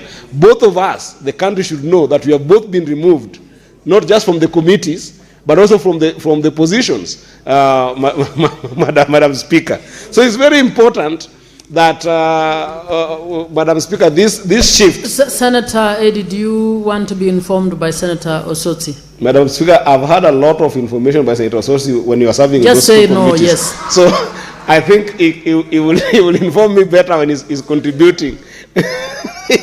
So for now, Madam Speaker, I would just want to go ahead and second the motion. So, Madam Speaker, I think that I would want positive energy to be in the House, that these changes are not in any way to punish or to demean or are malicious to any member. I think they are healthy changes that are there to make sure that all members get experiences across board and contribute effectively. In any case, also, Madam Speaker, we are experiencing a time that we are heading towards an elective cycle, and it is important that we balance these committees so that some members who might be going to experience a time that they want to go and campaign and might not be available to give quorum. Some members can also be more available. So we balance these things looking at a number of things from the minority side, and I want to wish members who have been given the different committees the courage to actually be available to give quorum to these committees and canvass across a number of issues and make sure that the agenda that is remaining in those committees are done before people perhaps go to campaigns next year. Therefore, I want to second and support, and hopefully this will be able to contribute to the best conduct and the best churning out of the business of the House through these committees. I second, Madam Speaker. Honorable Senators, I propose the question that notwithstanding the resolutions of the Senate made on 12th February 2025, 2nd December 2025, and 17th June 2026 on the approval of senators to serve in various select committees of the Senate, A, pursuant to Standing Order 197, 199, 228, and the fourth schedule to the standing orders, the Senate approves the following senators nominated by the Senate Business Committee to serve in standing committees of the Senate as follows. 1. Standing Committee on Agriculture, Livestock and Fisheries, Senator Edwin Sifuna, CBS, MP, to replace Senator Beatrice Ogola, MP. 2. Standing Committee on Energy, Senator Beatrice Ogola, MP, to replace Senator Moses Kajwang, CBS, MP. 3. Standing Committee on Health, Senator Shakila Abdallah Mohammed, MP, to replace Senator Joseph Kithuku, MP. 4. Standing Committee on Information, Communication and Technology, Senator Moses Kajwang, CBS, MP, and Senator Beatrice Ogola, MP, to replace Senator Shakila Abdallah Mohammed, MP, and Senator Hezena Lemalatian, MP. 5. Standing Committee on National Cohesion, Equality, Equal Opportunity, and Regional Integration, Senator Godfrey Osotsi, CBS, MP, to replace Senator Beth Siengo, MP. 6. Standing Committee on Roads, Transport and Housing, Senator Hamida Kibwana, MP, to replace Senator Crystal Asige, MP. 7. Standing Committee on Trade, Industrialization and Tourism, Senator Enoch Wambua, CBS, MP, to replace Senator Hamida Ali Kibwana, MP. B. Pursuant to Standing Orders 193, 194, 197, and 199, the Senate approves the following senators nominated by the Senate Business Committee to serve in select committees of the Senate as follows. 1. County Public Accounts Committee, Senator Joseph Kithuku, MP, and Senator Justice Retired Stuart Mazayo, EGH, MP, to replace Senator Johannes Mwaruma, MP, and Senator Edwin Sifuna, CBS MP. 2. County Public Investment and Special Funds Committee.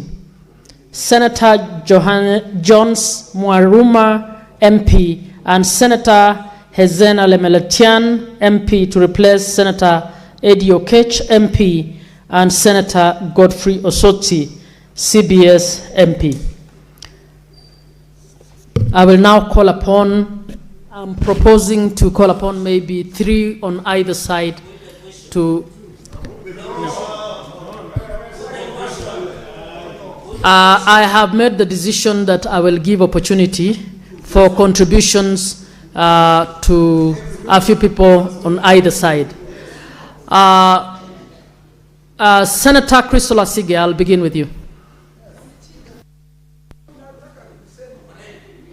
Mine was a clarification, Chair. So you don't need to. So It's a clarification. Point of clarification. That's all right. Oh, so now who is going to clarify? No, it's okay. It's passed. It's passed. Okay, that's fine.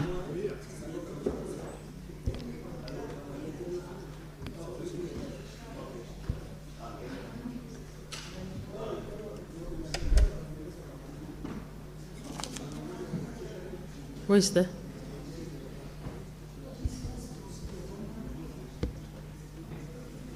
Oh, okay. I see Senator Osoti. Thank you, Madam Speaker. Just before, I think not more than 3 minutes for each contributor, please. Thank you, Madam Speaker. Madam Speaker, I've listened to the contribution while moving the motion by the majority leader and seconded by the minority whip. And I want to say that effectively, those changes remove me as the chair of CPIC. I want to thank the House for having given me the opportunity to serve as the chair of CPIC for 4 years. Indeed, this was a new committee in this session of Senate, and we have made a tremendous achievement in terms of dealing with the public entities in the county and public finances. But besides that, Madam Speaker, I know that changes to the committee is a normal thing, but sometimes there is some machinations which are done. I know what was done to get me out is political persecution. I know what happened, and I would have wished Honorable Ledama and Honorable Matsayo were here today, because I know what they did behind the scene to even instigate a motion of no confidence in me and basically create a wedge between me and my members. People we have worked together very well for 4 years. But I would say this is normal. Many other people in the past Senate have gone through this. I remember Senator Wetangula went through this. I remember Irungu Kangata went through this. I remember Susan Kihika went through this, and many others. It will be well. I am being persecuted for supporting Linda Mwananchi and supporting Edwin Sifuna. It will be well, and will bounce back in a big way. Thank you, Madam Speaker. Senator Murango. Asante sana Mr. Speaker. Kwanza Mr. Speaker, nitaongea kwa falsafa. Kwa hivyo sitakuwa nikiongea kuhusu mtu yote, Mr. Speaker. Mr. Speaker, ukweli useme kwamba seneta yote ambaye ako katika njumba la seneti ako na uwezo wa kuketi na kujadili maneno katika kamati yoyote. Lakini kama vile miti katika msitu, watu wote watoshani, Mr. Speaker. Mr. Speaker, katika kamati wa Simbu, ukijaribu kunielezea kwamba umemtoa Senator Sifuna kwa sababu hana uwezo, mimi naona ni kama katika vita unauza bunduki, unanunua fimbo na unaendelea kusema ya kwamba hii vita inahitaji fimbo. Ndio uzuri katika kupigana, Mr. Speaker. Mr. Speaker, wenye matege huwa anasema bora mwendo, usiangalia matege. Na tunajua fika ya kwamba uwezo wa wenye wametolewa kwenye kamati hawana, kwa sababu ni jambo limefanyika. Sana kwa muda tumekuwa tukinyamaza katika bunge la Seneti. Tunasema ya kwamba heli tuwe niwe mfalme wa kimya changu kuliko niwe mtumwa wa maneno yangu. Na kwa sababu imefika leo, nataka niwe mtumwa wa maneno yangu, Mr. Speaker. Mr. Speaker, wale ambao wanatolewa kwenye kamati kwa sababu ya kisiasa huwa hawana uwezo. Na unajua mtu amekosa mate ya kumeza, hata ya kutema hawezi pata. Kwa hivyo atakuja wakae waone mambo ikiendelea. Lakini tukitaka kamati zetu ziendelee kwa njia inayofaa, tuangalie uwezo wa kila mtu kabla hatujamtoa, ili tuweze kuendeleza kamati zenu ipasavyo. Kwa sababu tukitumia kila siku kwa sababu ya kisiasa, hivyo ndio tunaendelea kuwa kamati zetu, Mr. Speaker.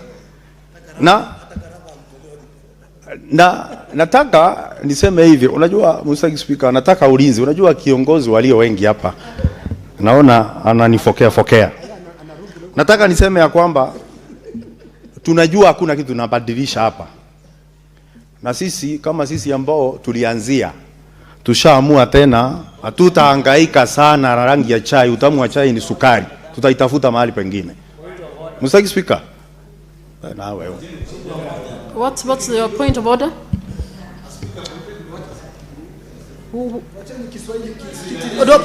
Proceed, Senator Morango. I hope you. Senator Morango, please proceed. Lakini Mr. Speaker, unajua kuna watu Mr. Speaker, ningetaka niseme ya kwamba kuna wale ambao wametolewa. Please give him 30 more seconds. Yes, I can see. Proceed.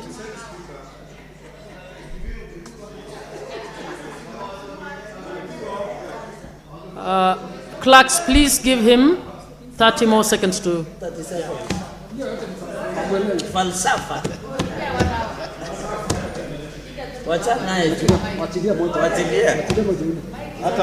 Asante sana Mr. Speaker. Hiyo ni kawaida bwana. Unajua wakati mwingine kuna wengine ukiongea sana akili upwelepweta, na ndio unaona Mr. Speaker kuna wengine wanapiga makelele nikiongea. Nilikuwa nikimaliza nikisema kwamba wale waliotolewa kwa kamati kwa sababu ya kisiasa, ni vizuri mjue fika ya kwamba hata seremala huwa anagonga msumari uliowima. Yenye imepinda ndio huwa inaachwa. Kwa hivyo kama seremala anatengeneza samani, msumari uliowima ndio ugongwa na nyundo. Ile iliyo kombo inabakishwa pale pale. Na kwa hivyo katika kamati zetu kuna misumari mingi ambayo iliyo kombo imebakishwa. Lakini iliyo wima kama Sifuna, kama Otosi ndio inagongwa, Mr. Speaker. Na iko wazi, Mr. Speaker. Lakini Mr. Speaker, namalizia kwa kusema ya kwamba tukitaka kwenda sambamba, tuache kutoa watu kwa kamati kwa sababu ya kisiasa, tuangalie kila mtu uwezo wake, Mr. Speaker. Asante Mr. Speaker. Pitwa na wakati. Senator Khalwale.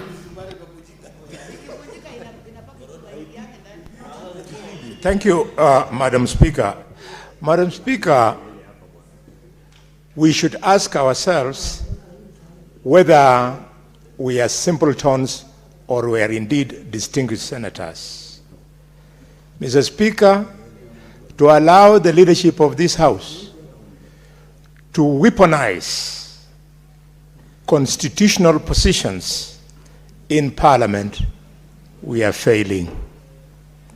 It's okay if a political party or a coalition removes a whip or a deputy whip or whatever position of leadership, because that's a decision of a party. But on sitting on committees and doing parliamentary work, that we should not accept. Senator Osothi, Senator Sifuna, let me tell you, they are making it easy for you to scale up in your politics. Even Martin Shikuku, for his work in this parliament, Martin Shikuku was detained without trial, and when he came back, he was bigger. Even Masinde Muliro, when he was minister and resigned because he refused to vote for a motion which wanted to find that J.M. Kariuki was not murdered, Masinde Muliro came back bigger. Mheshimiwa Soti, even in your own backyard, in Vihiga, Peter Kibisu, seated in this chamber, he voted against government as an assistant minister, and he became a greater politician. I therefore want to ask the leadership of this country, don't tamper with Parliament. If you think Parliament is not important, Mr. President, remember where you found yourself when this Parliament came under attack from the youth. It is very dangerous. Mr. President, remember 2007, how we stabilized the country out of post-election violence, because when we then took oath... Senator Halwale, there is a point of order from Senator Nyamu. What's your point of order?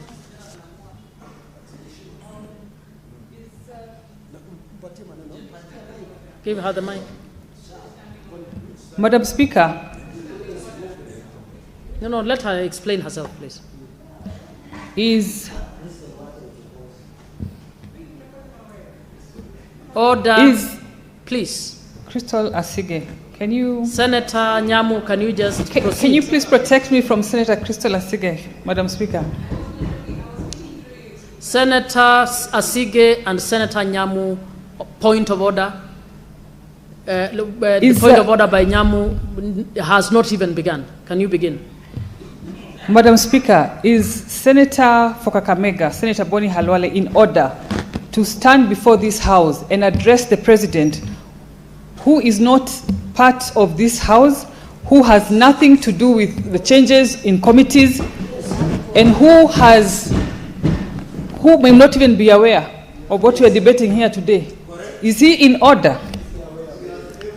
Senator Halwale, unless you have evidence that you can table that the President has something to do with the changes, please do not make reference to the President. Senator Halwale, proceed. Mr. Speaker, however Madam Speaker, however much Senator Karen Nyamu attempts to draw attention of the people of Nairobi to herself by attempting to respond to me, the people of Nairobi know that even if she's given 100 years, she would not be able to rise to the occasion to match the contribution that we have made on the political landscape of this country, Mr. Speaker. Mr. Speaker, as I was saying, this is a moment to reflect. It's a moment to reflect, Mr. Speaker. Senator... Can I be protected? Senator Nyamu, what's your point of order?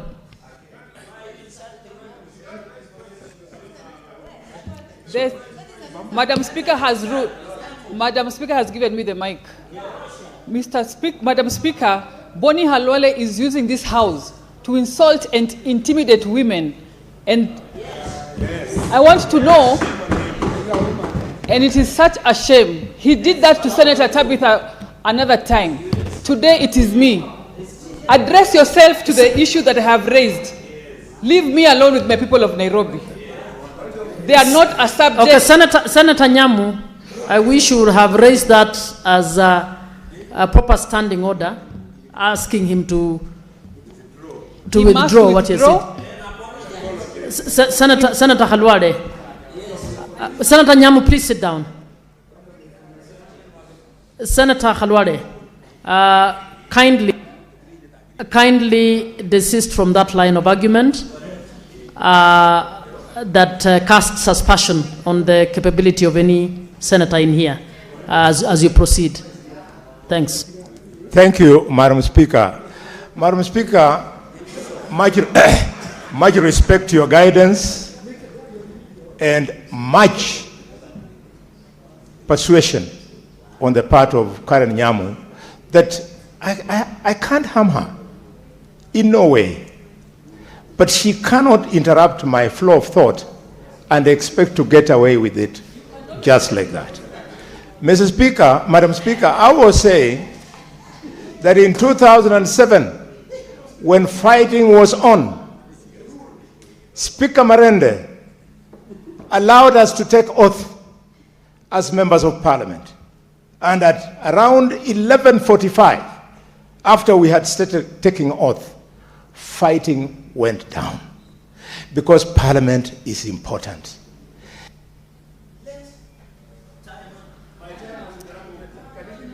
30 seconds to finalize your point. 30 seconds, please. Madam Speaker, let Parliament function. Let committees work. Let the best amongst us chair committees. If the problem of Edwin is about leadership and that he's supporting the opposition, if that is a crime, why is Wambua still in position and is also supporting the opposition? It doesn't make sense. You think you can intimidate some people? Mr. Speaker. Order, senators. Can we listen to one person at a time? You know. Mr. Speaker, I want to say it. Mr. Speaker, I want to say it that this mongrel called the broad-based government is Senator outside. Methu and Senator Keroche. Senator Keroche, would you kindly take your seat, please? Senator.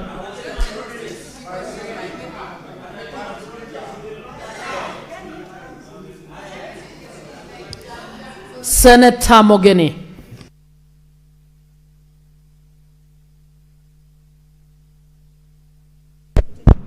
Yes, thank you, Mr. Speaker.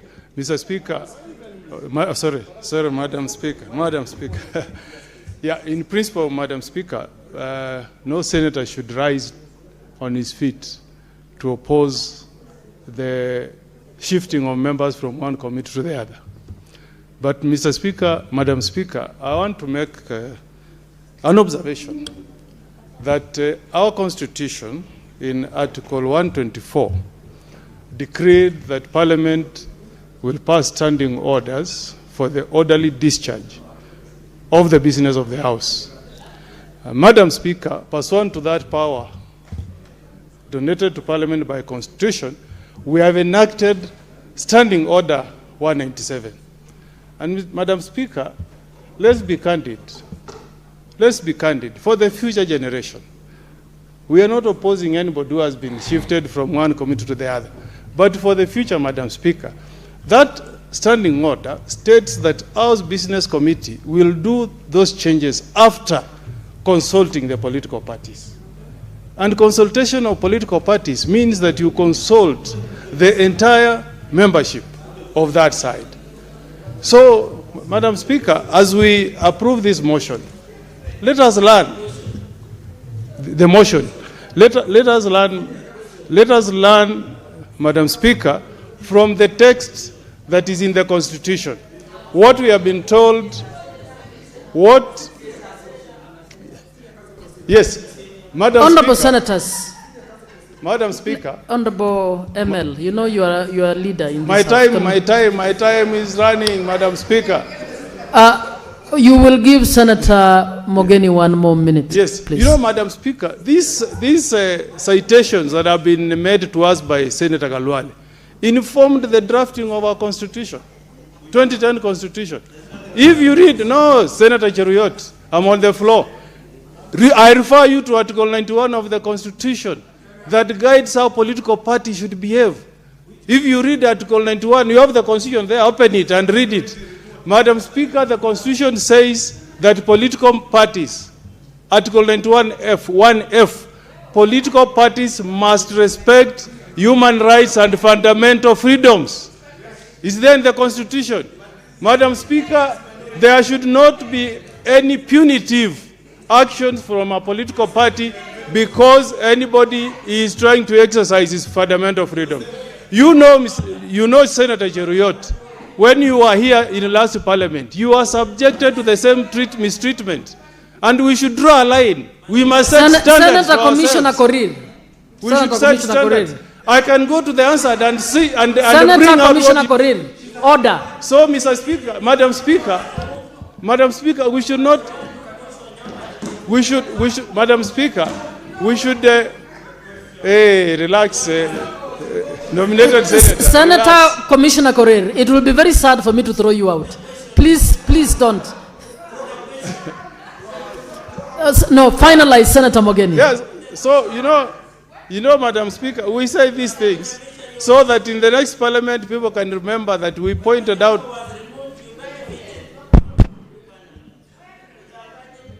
Now, Madam Speaker. Honorable Senators. Madam Speaker, I'm not able to be heard, Madam Speaker. Honorable Cherargei, order. Honorable Korir, Honorable Cherargei, please listen to the chair. I think you're out of order. Senator let's just hold on. Let's respect the chair. Let's listen. I'm willing to sit and give all of you a chance to speak, if that is what you want. So if you want to speak simultaneously, I will sit until all of you speak. Senator Mundigi, I will throw you out. Don't repeat that. Please don't dare me. Order, senators. Senator Mogeni, you can finalize in your last minute. Yes, Senator, Madam Speaker, I have never engaged Senator Mundigi. So I will not respond to him because I think you were advised by Majority Leader to respond to a lady who released something on WhatsApp. I'm not that lady, Senator Mundigi. So the point I'm making, he's confusing me with that lady. I'm not that lady. So respond to the lady, Senator Mundigi. So, Madam Senator Mogeni, either you are presenting or you are exchanging without. So, Madam Speaker, the point I'm making, Madam Speaker. Senator Mundigi, I'm calling you out of order because you're just shouting. I will not respect that. Don't expect me to respect you when you are not respecting the House. Please, order. Order, Senator Mundigi. Senator Mundigi.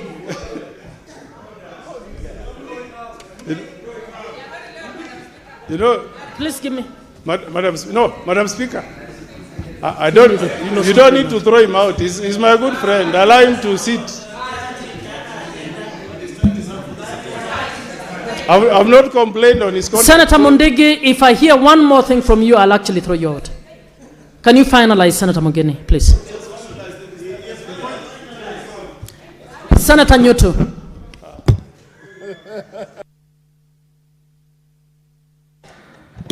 Thank you, Madam Speaker. I also want to say something about this particular motion that has been moved by the Majority Leader on behalf of the Minority Leader. Madam Speaker, members of the public do watch the proceedings of this House. They follow what we do, Madam Speaker. The essence of placing any senator into any committee is to do parliamentary business and not to reward them or punish them because of their political stand. So, Madam Speaker, what has been happening in this House is that none of the objects of placing members to committees has been followed, Madam Speaker. And I say this not to complain about anything, but Madam Speaker, at the beginning of last year, there was a reorganization, in quotes, of the committees in this House, and especially from this side of the majority, Madam Speaker. And Kenyans watched. And Madam Speaker, no one can convince Kenyans that the only people that you needed, Majority Leader here, needed to reorganize were people from a particular region in this country. And as I say that, Madam Speaker, with facts.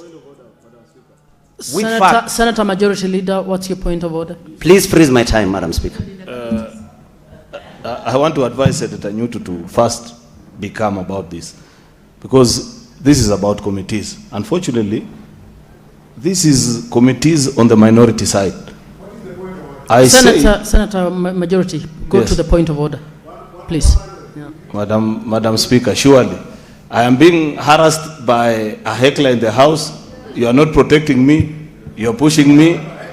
Yes, because somebody is heckling at me while I'm trying to make my point. Senator Majority, you stood on a point of order. Yes. Can you prosecute that first, and I will defend you. But that's what I'm doing, Madam Speaker. Yes. That understanding order number 105. Yeah. Is it in order for Senator Newton to purport that I'm the one making these changes? These are changes in the minority side. They have nothing to do with the majority side that I lead.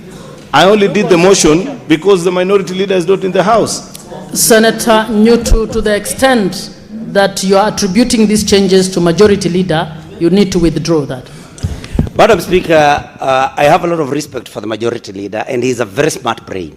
I did not at any time, at any moment in my presentation, say that he is the one that has brought this. I said, and I'm unanswered, that he presented this particular motion on behalf of the minority leader. I said that. But I was referring to what has been there in this particular House, Madam Speaker, and I was very clear. And I was saying that when there was that purge last year, baptized reorganization of committees, Madam Speaker, and because it happened, it is there in the Hansard. Madam Speaker, I was removed as chair of Education Committee. Senator Karungo was removed as chair of Roads. Senator Medu was removed as chair of Lands. Senator Murango was removed as chair of Agriculture, Madam Speaker. All of us come from one region in this country. Madam Speaker, Senator Mandago remained in his Committee of Health. Senator Chesang remained in his Committee of ICT. Senator Murgo remained in his Committee of Labor. The late Senator, let me not mention that our departed colleague. Madam Speaker, do watch. And Madam Speaker, you cannot, the majority leader cannot convince this House that the only people that needed to be reorganized in committees were people from a particular region, Madam Speaker. So we are saying it is a high time we stopped playing politics with posting of members to committees, Madam Speaker. When you look at what is happening, there is no other reason why Senator Osotsi was removed from that committee. I'm talking about the whole House, from CP committee, Madam Speaker, apart from politics. So we are saying, Kenyans, watch what happened here. And it is actually a shame that we reward people and punish. Senator Wambua.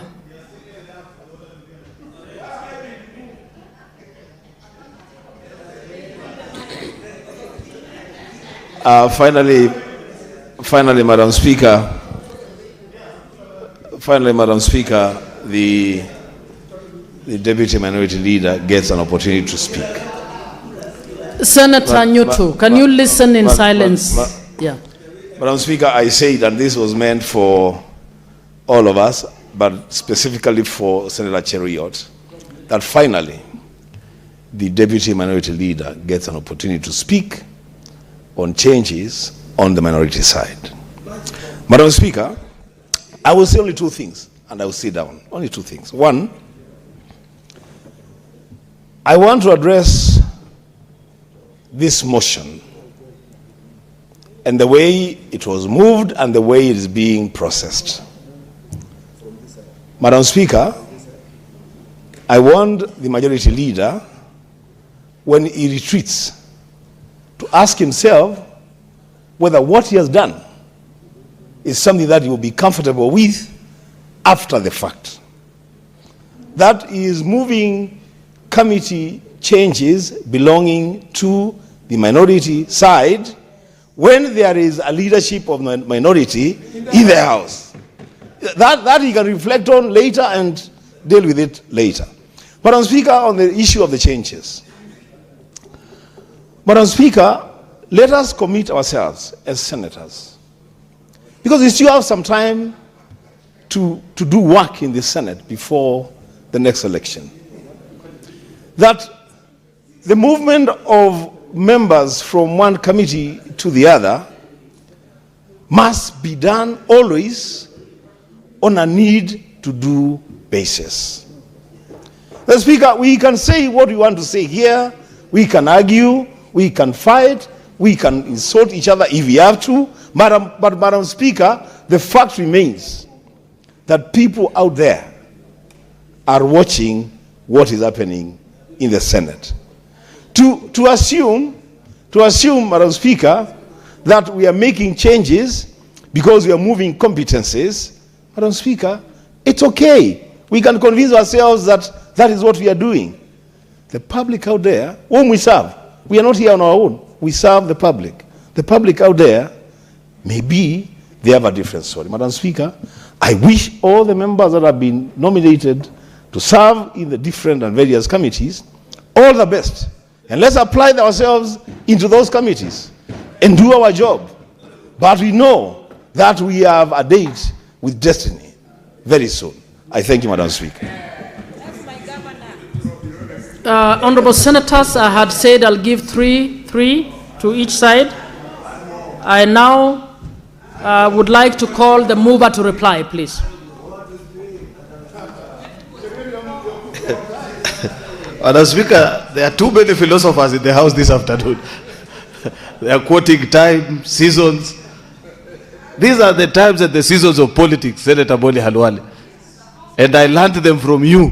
You are one of the people who taught me this work in this house. So you should be proud of the work I am doing.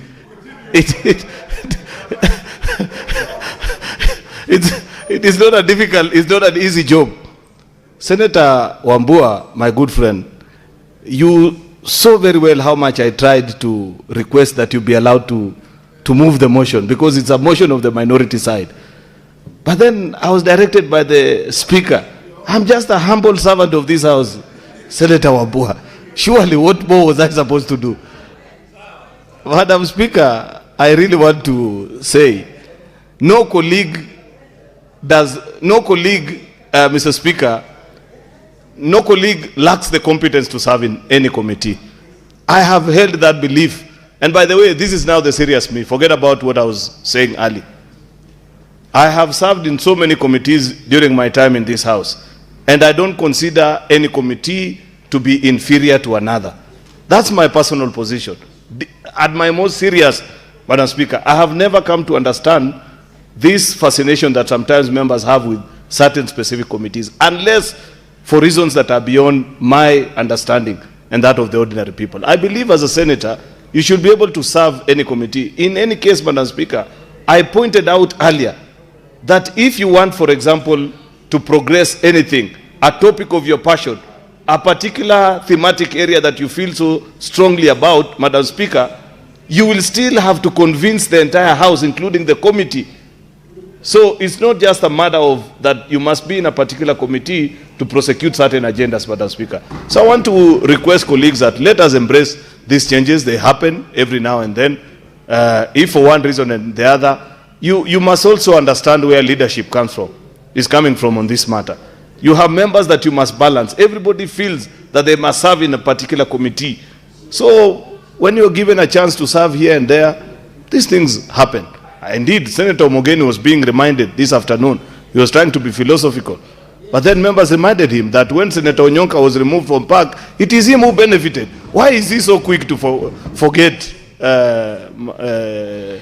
my dear friends? So colleagues, I really want to request that you have said all you need to say about this matter, but I strongly believe that my colleague on whose behalf I'm doing this assignment, the retired judge, the son of Kilifi, Justice Stewart Mazzaya, is well-meaning to you people, and has done his bit, has proposed the changes to the committee. Therefore, I want to request that we conclude this business and transact the subsequent business. Senator Wambua, my apologies if in any way, I thought I'm helping you, but I can see you don't seem to be appreciating my assistance. But in those very many remarks, Madam Speaker, because this is not something to debate and hog on and off about, I beg to reply. I thank you.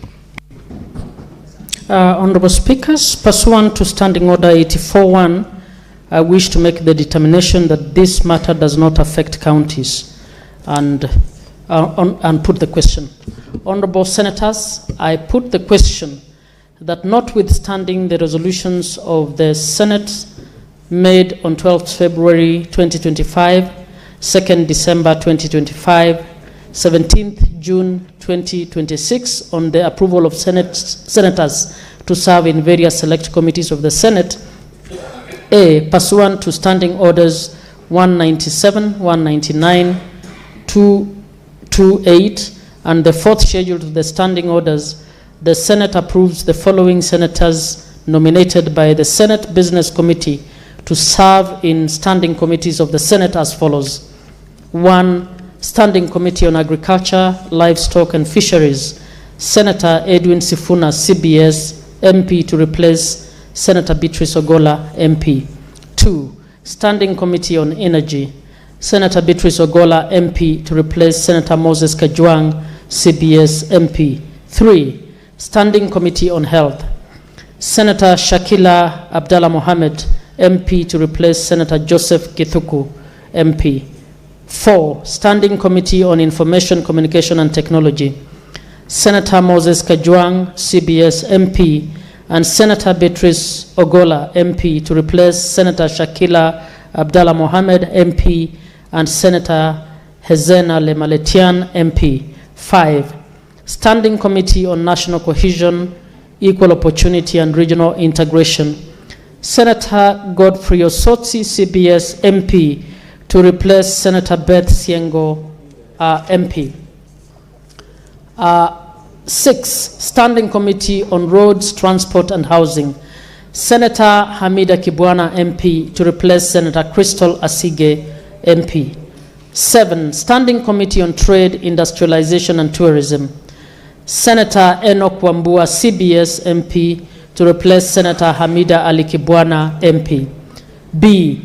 Pursuant to Standing Orders 193, 194, 197, and 199, the Senate approves the following senators nominated by the Senate Business Committee to serve in select committees of the Senate as follows.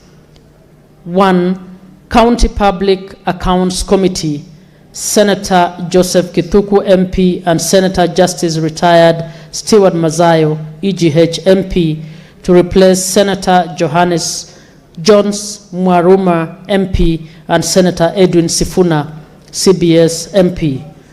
2.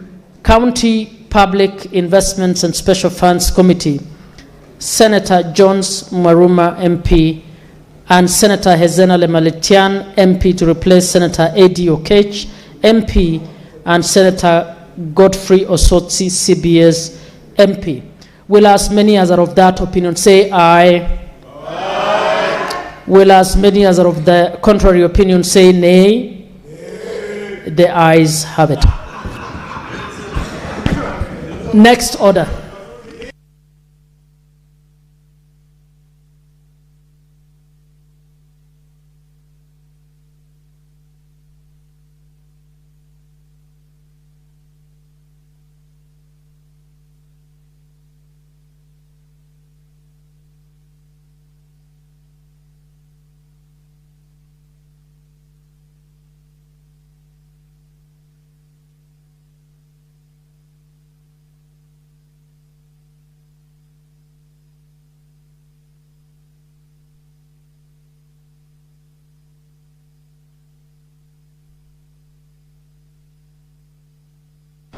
Honorable Senators, order Senators, Honorable Senators, I am rearranging the order paper to move on to order number 20. Next order. Order number 20, the Street Naming and Property Addressing System Bill, Senate Bills number 43 of 2024, second reading. Okay.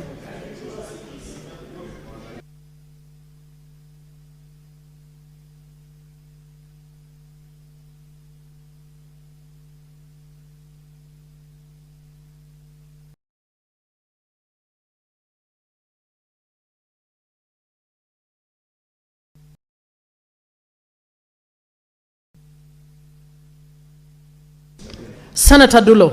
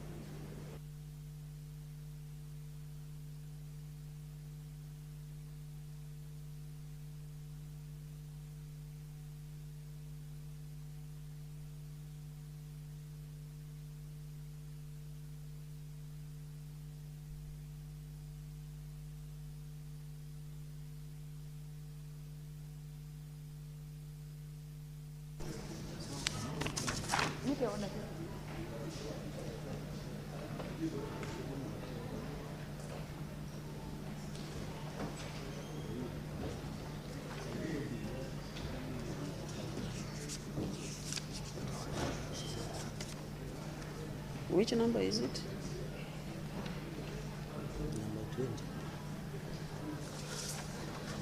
Thank you, Madam Speaker. Madam Speaker, I am here to move the bill that reads the Street Naming and Property Addressing System Bill 2024. Madam Speaker, I actually came up with this bill because of many reasons. And if you travel abroad or in other jurisdictions, Madam Speaker. Senator Dullo, please first move the bill, that the bill be read a second time. I can't see the whole bill. Okay.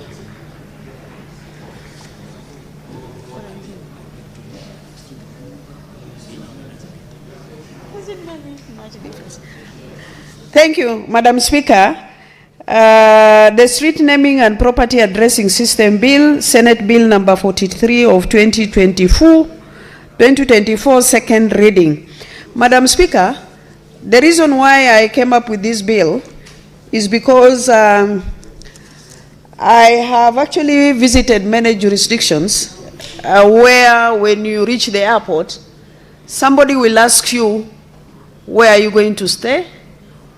Which street, which hotel, or the number of the hotel, or the house that you will actually go and stay in.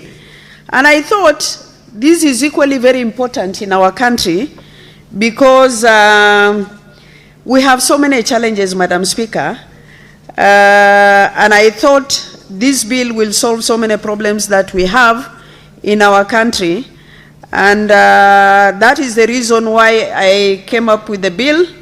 Madam Speaker, looking at the bill, the object of the bill, Madam Speaker, is number one, is to improve service delivery. If you look at many of our counties, Madam Speaker, in terms of emergency, whenever there are ambulances, whenever there are actually planning that needs to be done, revenue collection, Madam Speaker, it's normally very hard actually to reach individuals within those estates and also residential places. Madam Speaker, looking at this bill is going to solve all those problems and actually help the counties as far as service delivery is concerned. Madam Speaker, looking at the bill, you will see that the bill actually provides the structure and the procedure for coming up with the street naming and also how the committee is supposed to be formed, Madam Speaker, who are the members of the committee, who is the registrar, where the registrar should be as far as this bill is concerned. Madam Speaker, I will be able to go through the bill actually stage by stage to be able to come to explain why we need this particular bill, Madam Speaker. Madam Speaker, if you look at the Madam Speaker, memorandum of and the object of the bill, it provides the logical, consistent addressing system in a critical component of any county government service delivery system.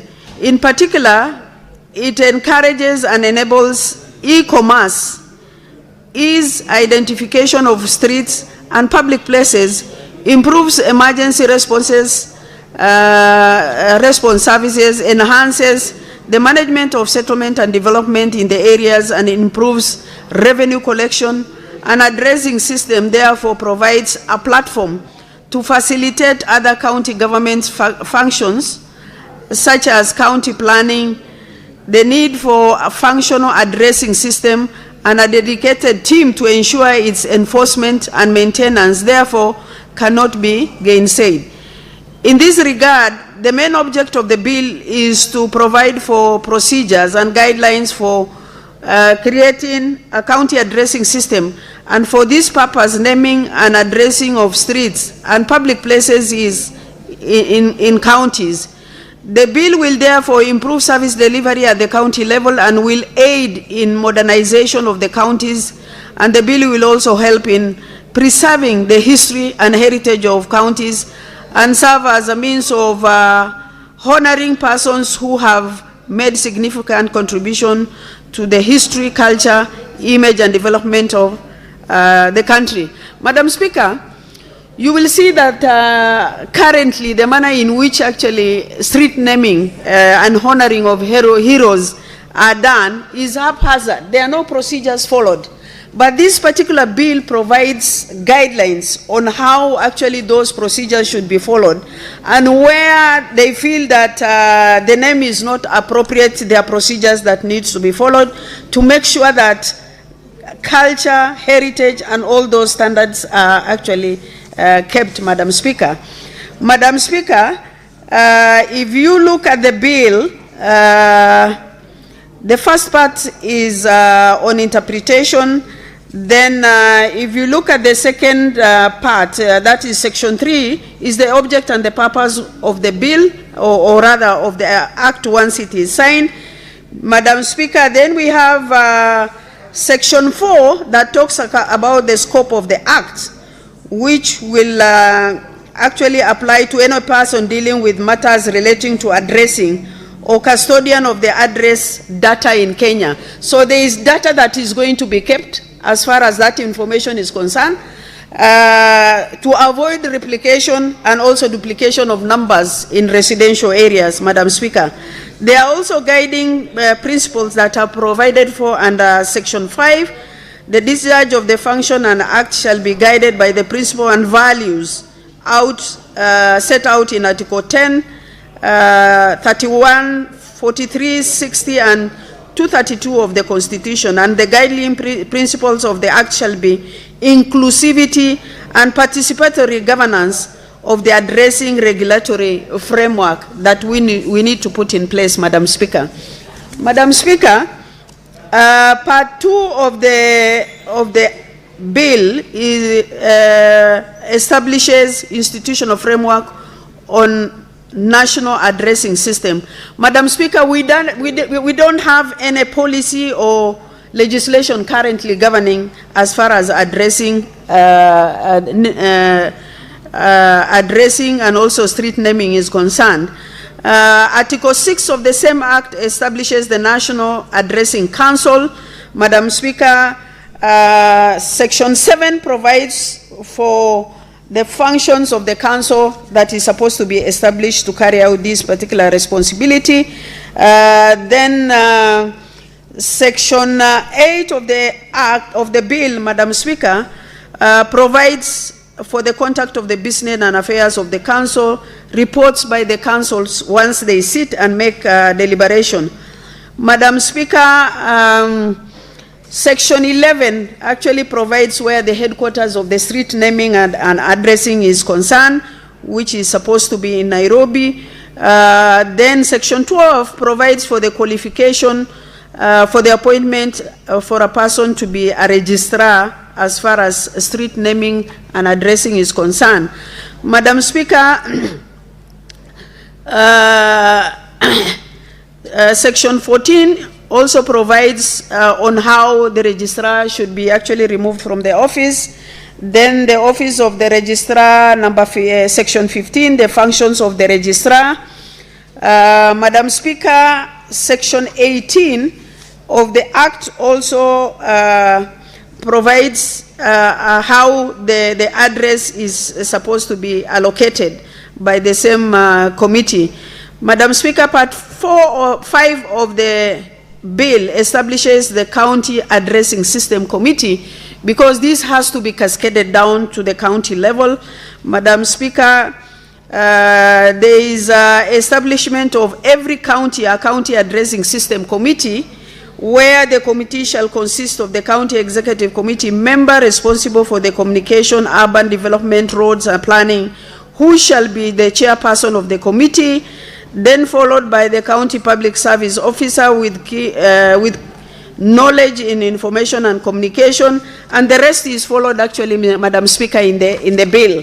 Then Section 41 of the bill provides for the term of office of a member of the committee. Section 22 of the bill provides for the functions of the committee on how they should operate and the powers they have. 23 provides for the committee, the meeting of the committee, how it should be run. Madam Speaker, then procedures for naming county streets and public places, Section 25, that is part 6 of the bill.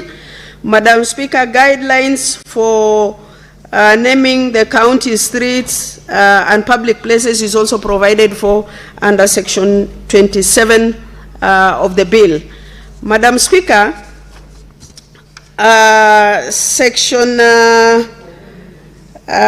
29 of the bill provides for the procedure for renaming a county street or public places. Whenever there is actually a petition against a particular decision that has been made by the committee, there are procedures that needs to be followed as far as renaming of the street is concerned in our country.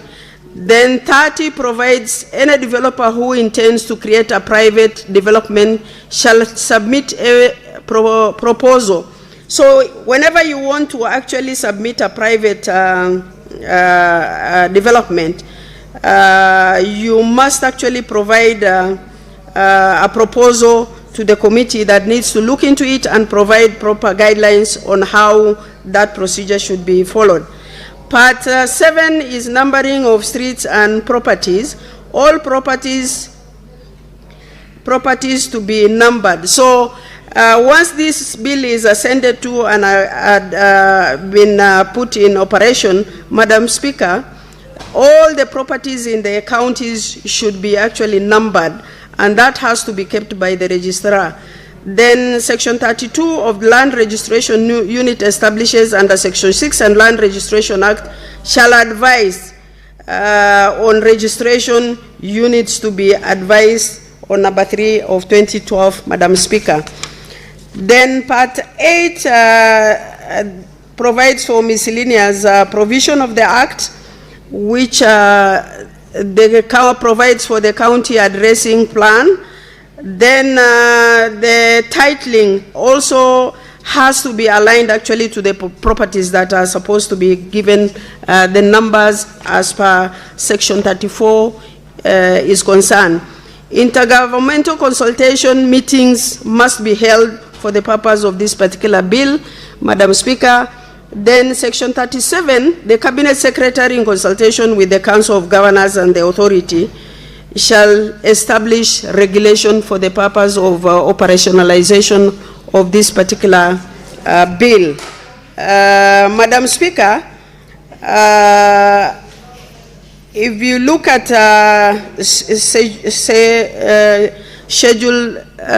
the schedule procedures relating to the meeting of the council and the committees is also provided for within the Act as per Section 8 and Section 23 of the bill. I think, Madam Speaker, this is basically a very important bill because it helps in so many ways as far as planning is concerned, as far as service delivery is concerned, revenue collection is concerned, security is concerned, because sometimes you will find that whenever somebody has committed a crime, they disappear and nobody knows their whereabouts. But if we have this bill and residential areas are numbered as far as this bill is concerned, it will help in so many ways in our country to bring sanity to our service delivery and also other procedures are concerned. With those many points, Madam Speaker, I wish to stop here and request Senator Cherargei to second the bill. I thank you. Senator Cherargei.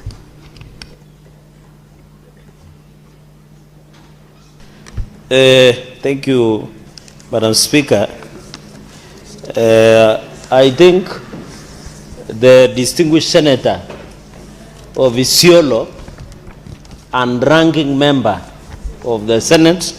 I think she's among the few who have served longest in this Senate. And she's among the only, if I'm right in this session, among the only 3 women who got elected as the senators. And I think that Senator Dulu has proven, and also, as I second, Madam Speaker, Senator Dulu has proven that if you are nominated and you work hard, you can be elected. So it's a challenge to colleagues who want to get elected. You should get some lessons from Senator Dulu, who is the incoming governor of Isiolo County. Madam Speaker, I think she's even overqualified to be in Senate. Either she becomes a governor or a cabinet secretary.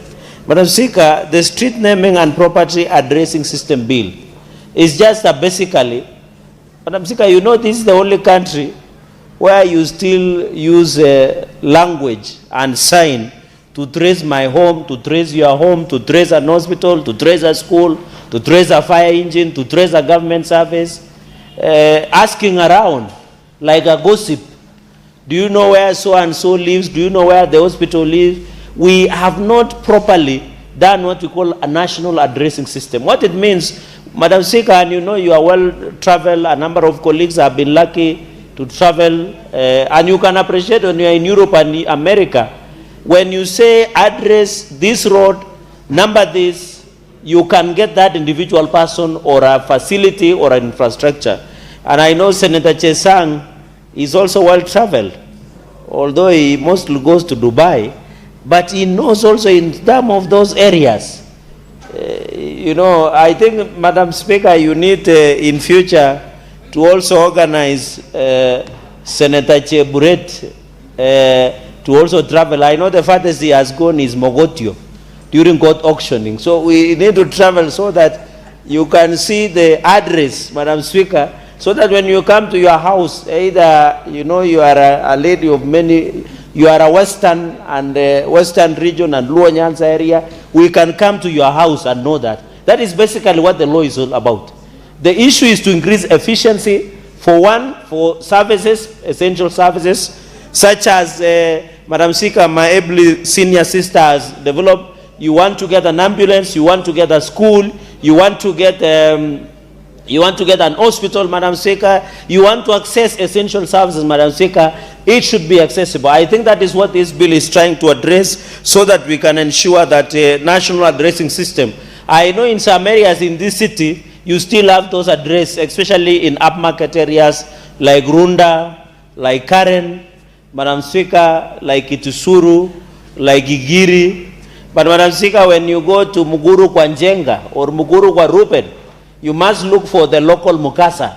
You must look for the local elder to take you to, if you live in Muguru kwa Njenga or Kibra, Madam Speaker. And I want to thank the President, because this is the first time a sitting President has hosted village elders in State House. And we must celebrate. I think President William Ruto, Madam Speaker, is showing that everybody matters. Even the local Kokwet elder, which most of us assume. They are the ones who ensure there is unity. They are the ones who are, they are like Google of the village, of that village. Because if you want to know, Madam Speaker, somebody's house, if you ask a Mukasa, a Kokwet elder, Madam Speaker, they can tell you, and that is what the President was telling the Kokwet elders. It's part of national addressing system, Madam Speaker. If you want to know what is happening, you just ask your village elder. He or she, and I'm happy it's no longer men only, it's also she, Madam Speaker. You can ask, they will be able to tell you who is giving birth next week, whose cows has been stolen, whose cows has given birth, who has slept with who in the village, who has marital problems, whose husband has run away or has never appeared since he came to Nairobi, back to the village. They are what we call data. They are the village Google map. And I want to thank the President, Madam Speaker, because those are people we will need to work with as we do national addressing system, Madam Speaker. And I want to thank that even they have been given stipend, Madam Speaker. The village elders, we only used to pay from assistant chief, and even village administrators were paid by county. But the honor that the President gave those village elders, they will never forget. I think some of them, this is the first time they are stepping into Nairobi. But not only Nairobi, they are stepping to the most famous address in the city. and that is the State House address, Madam Speaker, which a number of Kenyans have never had a privilege to visit in the previous regimes, Madam Speaker. And I know going into the future, Madam Speaker, so this issue of national addressing system, we must ensure that we focus on it, Madam Speaker. Madam Speaker, you have had the Vision 2060 by His Excellency the President. You have had even your party leader, Dr. Oburu Odinga, and the late, may his soul rest in peace, Baba Raila Amolo Odinga, the enigma of Kenyan politics, had the vision of 2060. One of the ways, Madam Speaker, is to have national addressing system which creates efficiency in terms of essential services and where we live. Not only basic, but even taxes and many other issues. And even many people, Madam Speaker, have been asking, where does President Ruto Vision 2060 got from? He got it from Baba Raila Amolo Odinga, who had the vision, Madam Speaker, of a better Kenya. And we are saying we are going to Singapore via Canaan. The only way to reach Singapore via Canaan is not to ask where your address is, or to ask people in the village, I want to go to a certain hospital, I want to go to a certain ambulance center, I want to go to a certain school. You just use what we call a data that is provided. That is the first world we are talking about.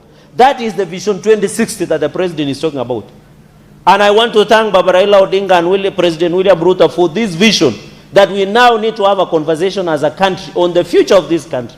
But Madam Speaker, when you have spineless and rudderless and agendaless, planless opposition in this country, who only think about the election instead of thinking about the future generation, the prosperity of this country, Madam Speaker, and therefore, what Senator Dulo is trying to ensure is efficiency in terms of service delivery, Madam Speaker. There is also the postal address. I remember, I don't know whether the America, Madam Speaker, they are voting by mail. The issue of tax, revenue collection, it will assist. In fact, the land rates and land rate, all counties should ensure, Madam Speaker, that they support these, all counties, because it will allow the efficiency of revenue, will allow, Madam Speaker, and I want to say we need counties to function. And I'm happy Senator Dulo has ensured that the role of county government under Article 96, our role is to protect the interest of the counties and to oversight as per Article 96. Madam Speaker, even our counties, I know Senator Kamar also comes from both counties, Elgeyo Marakwet and Uasin Gishu. And he knows the other day somewhere in Elgeyo Marakwet there are fireworks where a deputy governor who is a woman, I think Professor Cheserek, was being undermined and curtailed by the governor. But I'm happy that woman told off the governor. The deputy governor told off the governor. Because we cannot be talking about the efficiency of counties and revenue collection, yet people are being undermined. And therefore, Madam Speaker, the issue of revenue collection, we must ensure counties also. Madam Speaker, I have sat in Public Accounts Committee for some time, and I know you sit in devolution and intergovernmental. One of the biggest challenges, and you and me agree, is the missed target of own source revenue by most of the counties, by a huge margin of 60%. We are now georeferencing. We now have digital maps. We want to georeference. We want to do national addressing system to allow efficiency of collection of revenue, Madam Speaker. And that is why even committees, the Public Accounts Committee, there is Public Investment Committee. I can see the newest Deputy Minority Whip trying to give notes to the immediate Vice Chair of PAC on how to collect what we call non-revenue water, where most municipalities and water companies are struggling. This one will come in handy because we will know where you are. It is easy to build. And by the way, Madam Speaker, I want to encourage colleagues. It is safer to participate in all committees. Even if there was a committee of catering, don't worry, just serve there. Serve in finance, serve in public accounts, serve in energy. Madam Speaker, we should learn to appreciate that the formation of committees, and every senator in this room, including you, Madam Speaker, has a right to serve in any committees, has a right to chair in any committees. Even personally, Madam Speaker, in 2018, I was de-whipped by Jubilee. I was the chairperson of Justice, Legal Affairs and Human Rights.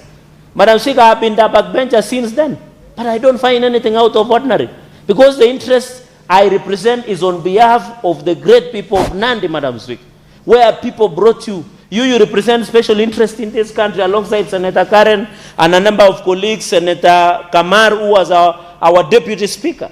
But can you imagine the way Senator Kamari is so humble? You cannot know she's a former Minister of Education. She's a former Eldoret South Member of Parliament, one of the few women from Kalenjin community. She was our Deputy Speaker of the Senate, like you, Madam Speaker, presiding over the sittings. It doesn't hurt, Madam Speaker, just serve where you are given. Even if there was a committee of catering, just serve there, you learn something, Madam Speaker. And therefore, I think we need to ensure our committees function properly. Another one, Madam Speaker, because I can see my time is spent, is establishment of National Addressing Council, which is very critical in clause number 8. Madam Speaker, let me just quickly, because I have the final and third point, is the functions of the registrar, who will ensure, manage and maintain a custodian of National Addressing System. That is clause number 15, Madam Speaker, will ensure that if there are issues around the data, the maintenance and national. Madam Speaker, let me go quickly to the clause 16 and 16, Madam Speaker. I'm happy the owner of the bill, the distinguished Senator of Isiolo, has said that they must protect data. Madam Speaker, you are aware we have passed what we call Data Protection Act in this House. Also, it's one of the litigated, it's one of the bills or acts of parliament that we have passed, Madam Speaker, that will always face legal hurdles. Madam Speaker, the issue of data protection, we must ensure that we give in and ensure that we protect data. We are saying that data given to Kenyans. Madam Speaker, Senator Eddie, I think, is served under PIC. You realize most of the hospitals in this republic, Madam Speaker, anybody can access your data. Yet these are private and important issues about people's health. I think when you read OAG reports, Madam Speaker, you will notice most of our data is exposed, especially by public hospitals. And I hope Senator Eddie and the other committee of PIC, although I know he's still not there, can provide advice on how we can do data protection, Madam Speaker. And we become responsible on how we share data, Madam Speaker, so that we move forward as a country.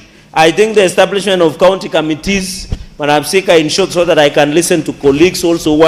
This is one of the brilliant bills. This is the bill that will take us to Singapore via Canaan. And I want to thank the distinguished senator. And I'm remembering she was also our deputy, I think, majority leader in the last session for coming up with such a bill. This is the conversation we have of Vision 2060 that the president is proposing. Madam Speaker, the street naming, we need efficiency, but also we need to call upon counties, including Nairobi, Madam Speaker, to have proper planning. Let us have street planning. Let us have organized roads. Let us ensure our roads are drainage. I'm surprised, Madam Speaker, that I'm told somebody has gone to court to block pedestrian walkways in Nairobi. You know, it shocks me. There are no pedestrian walkways in Nairobi and other major cities in this country. And therefore, Madam Speaker, that's why you and me appreciate that that is why most of the pedestrians are being knocked down here and there, because we need to ensure the pedestrian walkways. We need to plan our cities better, Madam Speaker. I think when you travel to other countries, you can see, especially Europe and America, that they have planned better. And I think it is the challenge that in this, the street naming and property addressing, and I want to appeal to Kenyans, Madam Speaker, we want also to ensure we prevent any other issues that individuals, Madam Speaker, might buy property and hide. It will even assist investigative agencies. Because if you suspect property XY belongs to Senator Cherargei, it is easy, Madam Speaker. Madam Speaker, with those many remarks, and I can see my time is up, Madam Speaker, allow me to second and ask the members of the Senate to also support so that we can fast track and transmit it to the National Assembly, and hopefully the President can assent to it, and then we can move on as a country. I thank you, Madam Speaker, and I yield back the mic. Honorable Senators, I propose the question that the street naming and property addressing system bill, Senate Bills number 43 of 2024, be now read a second time. Senator Professor Kamara.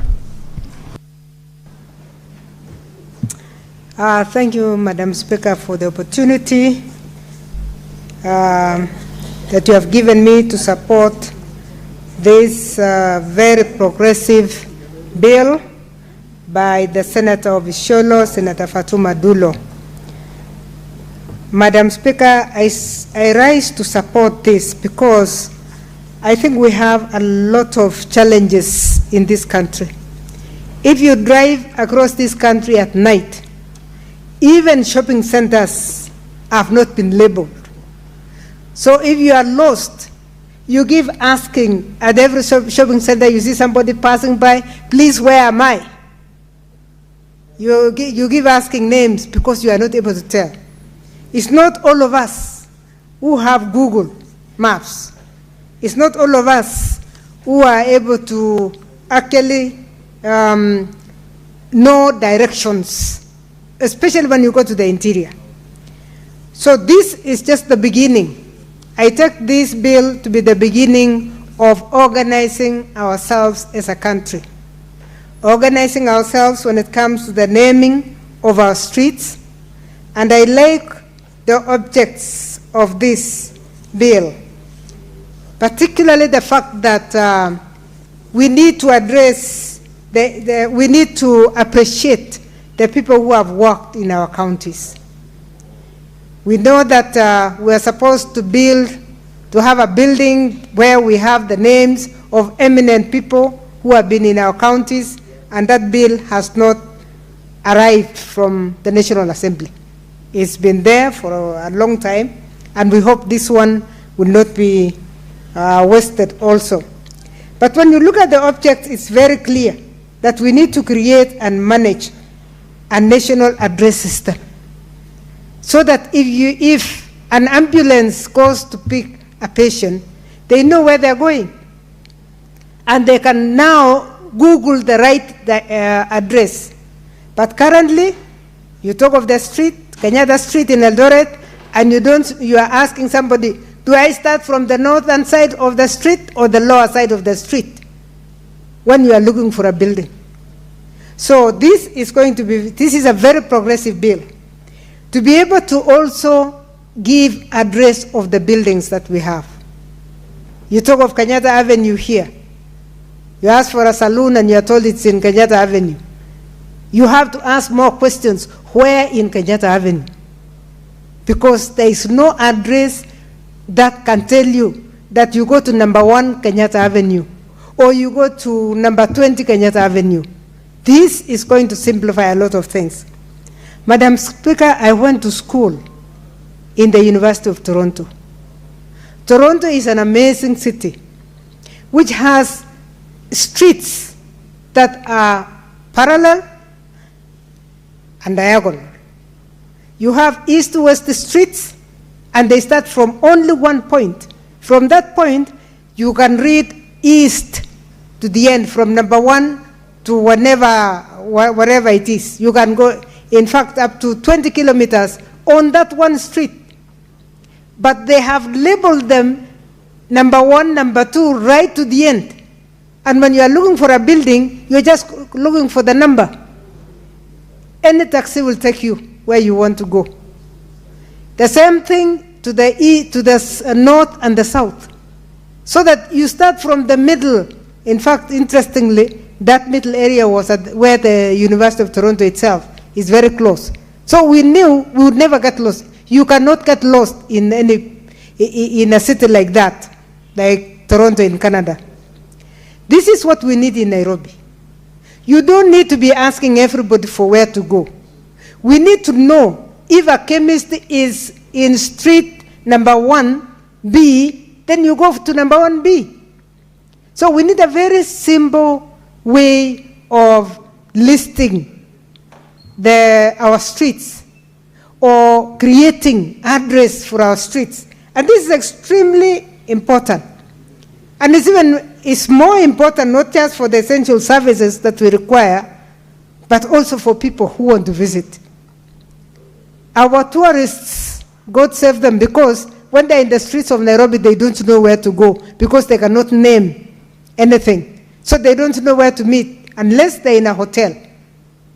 Because now you can find the hotels because they've been marked, even in Google. But if you are not in a hotel and you are going to buy something and they go out to buy something, they can spend the whole day looking for one another. Just because they can't. We have not named, we have not put any address in any of the shops that we have.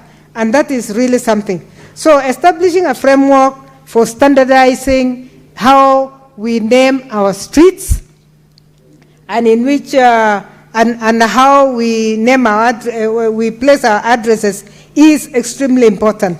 And I thank Senator Dulo for coming up with such an important bill. Madam Speaker, we are dealing with, in the Committee of Devolution, we are dealing with municipalities, the establishment of new municipalities in this country. And this bill, when it goes through, will be able to guide them, because they will realize that if they plan their municipalities from inception, it will be very easy for them to actually put addresses on them. Because you cannot put an address in something that is confused and doesn't have clear directions. So while we are dealing with the planning of municipalities, this again is a bill that is going to take us very far. Madam Speaker, mine was going to be very free, because I fully support and I see that it's going to take us from the darkness that we are in, as I said, dark streets that you cannot tell where you are, from shopping centers that have not been labeled, to streets where you cannot tell whether you are in the east or the west of wherever you are going. Providing a framework for the preservation of a county's history is one of the most important features that this bill is going to have. Because we know that there are people who have made notable contributions in our counties. But we have appeared as though we are a country that does not have a sense of appreciation to human beings. So that we have people, elders who have gone, who made a lot of impact. We have people in our history who even participated in the independence of this country, but nobody has recognized them. So again, by coming up with this kind of naming, we will be able to, street naming, we should be able to recognize each and everybody who has been in our counties. And everybody will feel appreciated, Madam Speaker. Madam Speaker, the institutional framework has been well articulated. I don't want to even to touch on that one. And just to say, Madam Speaker, that it is very, very important for us to recognize that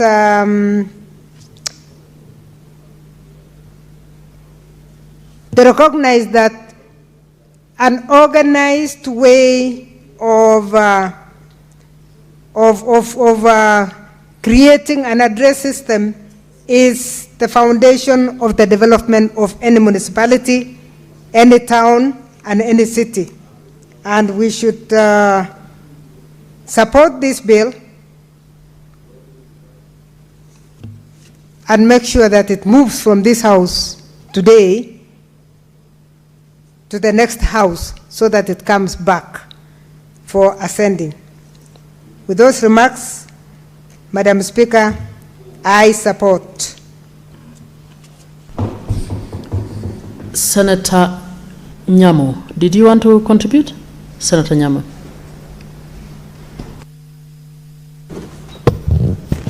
Thank you, Madam Speaker. I want to support the street naming and addressing bill by Senator Dulo.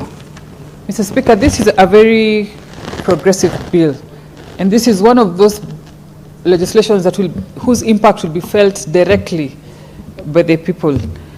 When you, at a glance, when you look at this bill, you might think it is a bill about naming streets. But when you read it carefully, you realize it is a bill on planning, it is a bill on order, and it is a complete game changer. One of the strongest attributes of this bill is that it requires every street, every property to have a unique number that identifies it, Madam Speaker. Another good thing about this bill is that it respects the place of devolution, because as much as there's a national aspect to it, the bill gives responsibility to county addressing committees to identify and come up with a proper way of naming our streets and properties. This bill is going to impact our emergency services, as the mover has clearly stated. Because when you're in an ambulance, every second counts. And so if you have the exact address, the chances of getting lost are eliminated. To date, as Kenyans, it is a shame that we still describe addresses like past the blue gate, after the third block, ukipiga corner, you know? And if you have traveled, you will appreciate so much this piece of legislation. And I want to urge the committees, the addressing committees, that the informal sectors and rural areas are not left out during the addressing, and the fast-growing towns are not left out during this addressing. Madam Speaker, I am not a feminist, but I note that this very progressive law is brought to this House by a woman, a strong woman, a role model to us. And Madam Speaker, today, Boni Halwale, Senator, I don't know what he has against me. He has championed people to shoot down my bill on mining, Madam Speaker. The entitlement with these older senators who think that they are the only ones who can bring a progressive bill to this House. I had a side talk with him, and I wanted to understand why he lobbied to shoot down my bill. And he told me that in Ikolomani they got 58 shillings as royalties. So what does it have to do with the committees that I was establishing in my bill to handle royalties? It is up to him to go. Senator Karen Nyamu, you are making an allegation which I don't know whether you can substantiate. I think you might just want to contribute to this bill, because you are not here what I'm most saying, of the time, and I think if you are put what to... I'm saying can be, I have witnesses in this House, and I want to tell Senator Boni Halwale, if he wants to come and vie for Nairobi Woman Rep with me, he is free to do so, but he should let us women take up our legislative role, and we are minding our own business. But if he wants to go low, Madam Speaker, we know how to go lower. And with those few remarks, I want to support this bill, and that is going to change the landscape of this country completely. I thank you. Senator Eddie Okech.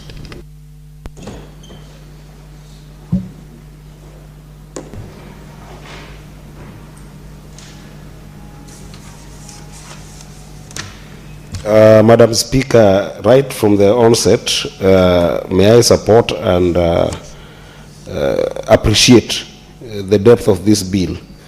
In fact, I've had the honor as the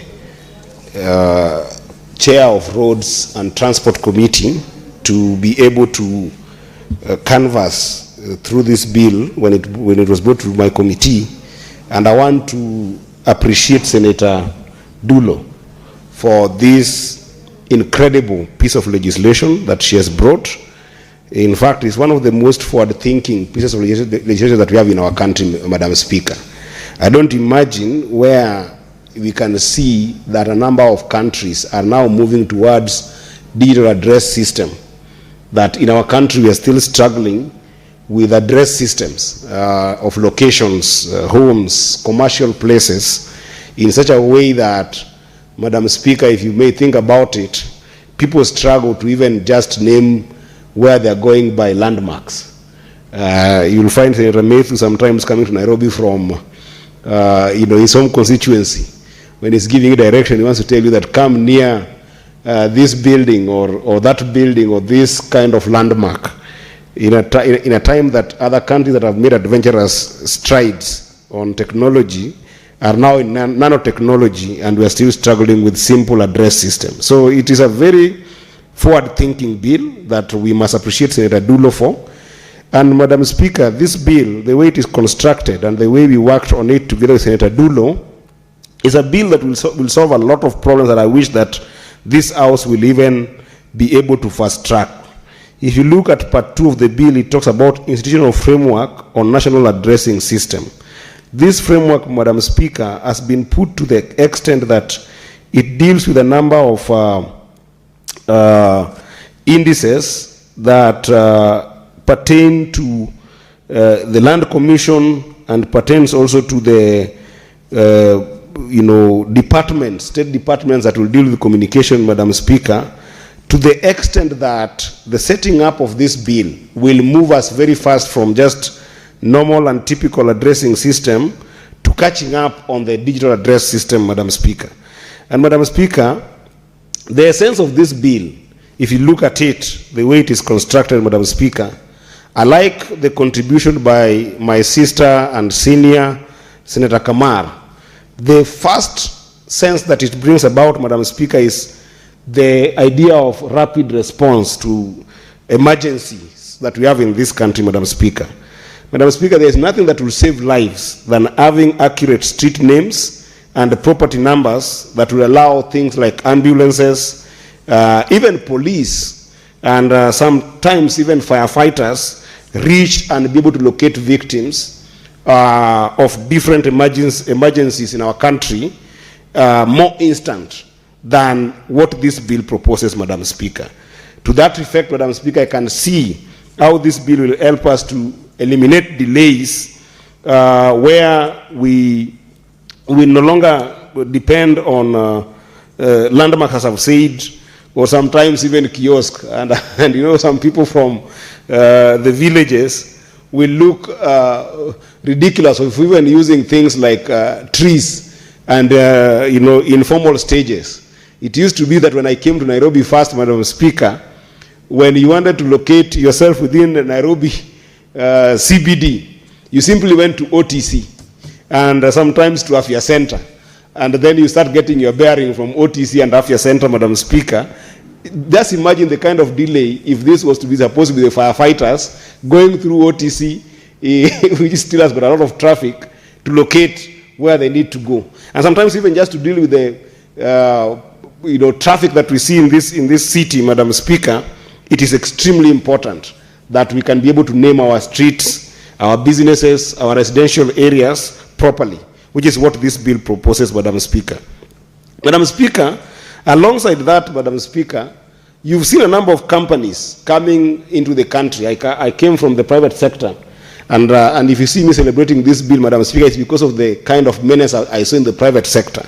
If you think about e-commerce and logistics businesses that have tried in the startup space in this country, the reason why they collapse seriously is because there's no boost in terms of addressing system. Madam Speaker, there's a company called Sandy, one of the companies that I really enjoyed using their services, and I also really celebrated the brainchild of that company coming from Nyanza and a son of this a son of this country called Meshach, Madam Speaker. One of the biggest struggles that Sandy ended up facing was the issue of proper addressing system, because you'll find that they were in the cargo business and delivery business, Madam Speaker. They had serious problem with labeled areas that were not making sense. To some extent, even the addresses were not verified. So that the e-commerce businesses in this country and any startups that tried to enter the e-commerce sector, including startups like Jumia, Madam Speaker, you'll find that these businesses face about 70% to 75% delays in terms of delivering cargo. And the investment is humongous, because if you have got, for instance, trucks delivering cargoes to different places, any delay, first of all, deals with time, and any delays also have got impact in terms of their fuel that they must spend in these vehicles, Madam Speaker. So then you end up having a serious cash crunch in terms of cash flow for these businesses. They end up using a lot of money in just trying to navigate poorly marked addresses, and sometimes addresses that are not verified at all. So, Madam Speaker, I can see how this bill by Senator Dulo will be able to help us boost and bolster the e-commerce and the logistic business that we have in this country. Some of these e-commerce, Madam Speaker, a myriad of them that we are seeing now across the country are also in the areas of door-to-door delivery. And Madam Speaker, I'm sure you are quite familiar with things like Glovo, things like Uber Eats. We have got Lyft, we have got Maramoja that tried and sometimes faced a lot of failure because of lack of digital addressing system, Madam Speaker. Those simple digital enabled services that are delivered to a door-to-door, be it from food delivery to people who are seeking rides, services to people who are simply trying to navigate simple door-to-door and doorstep deliveries, Madam Speaker. These are times that this kind of bill will allow them to be more accurate, Madam Speaker. And when that accuracy comes about, it does not only bolster and boost the revenue to the private sector, Madam Speaker, it actually also does boost the revenue to government. Because, Madam Speaker, efficient taxation and tax collection in this country is not devoid of standardized addresses that can be able to allow KRA, for instance, be able to locate businesses more easily and be able to locate some of the informal businesses that cannot be put in the tax bracket, because now they can also have an advantage to be able to reach those businesses, to be able to enable them have better services, Madam Speaker. And even as a house, we are here to promote what you'll call devolution. And even in our devolved systems, where we have seen things like property rate management and land rates, Madam Speaker, as a revenue stream for our counties, this is what will bolster their sense of revenue collection. Because if you look at the way this bill is constructed, Madam Speaker, you can see that it will enable the land authorities in counties to be more accurate in terms of registering different property, and also to be able to track, defaulters who are defaulting on land rates with better way of being able to, identify those land and different property that perhaps are not well located digitally. So, Madam Speaker, I can see how this bill will have an overarching and overreaching effect on revenue collection in the public sector, just the same way it will be able to help boost the cash flow of the private sector. But, Madam Speaker, up and above that, this bill is not only about money, and it's not only about efficiency and effectiveness in terms of delivery of services to people, but it's also actually a very good bill that will ensure that there is proper public service delivery. Madam Speaker, if you think about some of the things that I was talking about, that I was dealing with in the committee of CIPIC, where I served as a vice chair, and now, Madam Speaker, I've also been removed from CIPIC. I don't know why, when members were contributing, they were not sympathizing with me. That I've been a very good member of CIPIC, a very good contributor in CIPIC, and I've been taken away of that committee. Perhaps the nation should know that I have not cried, because I think that members who were taken from other committees, like Senator Ezena, as well as Senator Mwaruma, will just contribute as best as I did. Some of the utilities that I was dealing with in that committee, Madam Speaker, includes water. Water services in our counties. How WSPs are able to take water to different communities, both by rectification and also by BOZA, water BOZA deliveries to these places. If you think about electricity in our communities, Madam Speaker, you'll be called about a transformer here that has experienced some vagaries of nature, therefore it burst. They're bursting every single second. If you think about metering, water metering systems in our urban areas, and even electricity metering systems in our urban areas, Madam Speaker. These are services that governors and government, national government should actually be able to give our people. Telecommunication companies in the country, Madam Speaker, how easy can they map places where they're going to correct a mast that has faced a problem here and there, or they are simply going to do an internet connectivity exercise, or any kind of services to all these households, Madam Speaker. They spend a lot of time just trying to navigate, just trying to figure out where they are going to offer this service, Madam Speaker. And so in some cases, people have delayed services to the extent that a week or a month, household goes without electricity, household goes without water provision, household go without proper telecommunication responses on a matter as simple as just lack of navigation. The address system cannot be found. And Madam Speaker, this happens because of lack of this proper addressing system. And this bill will solve this in the most timely manner, Madam Speaker. I've also seen this, Madam Speaker, if you think about it, in terms of even our delayed schooling problems. If you think about it, Madam Speaker, school capitation disbursement that we see here, and sometimes simple facilities that you can be able to track in our schools, we have a problem because of our addressing system, Madam Speaker.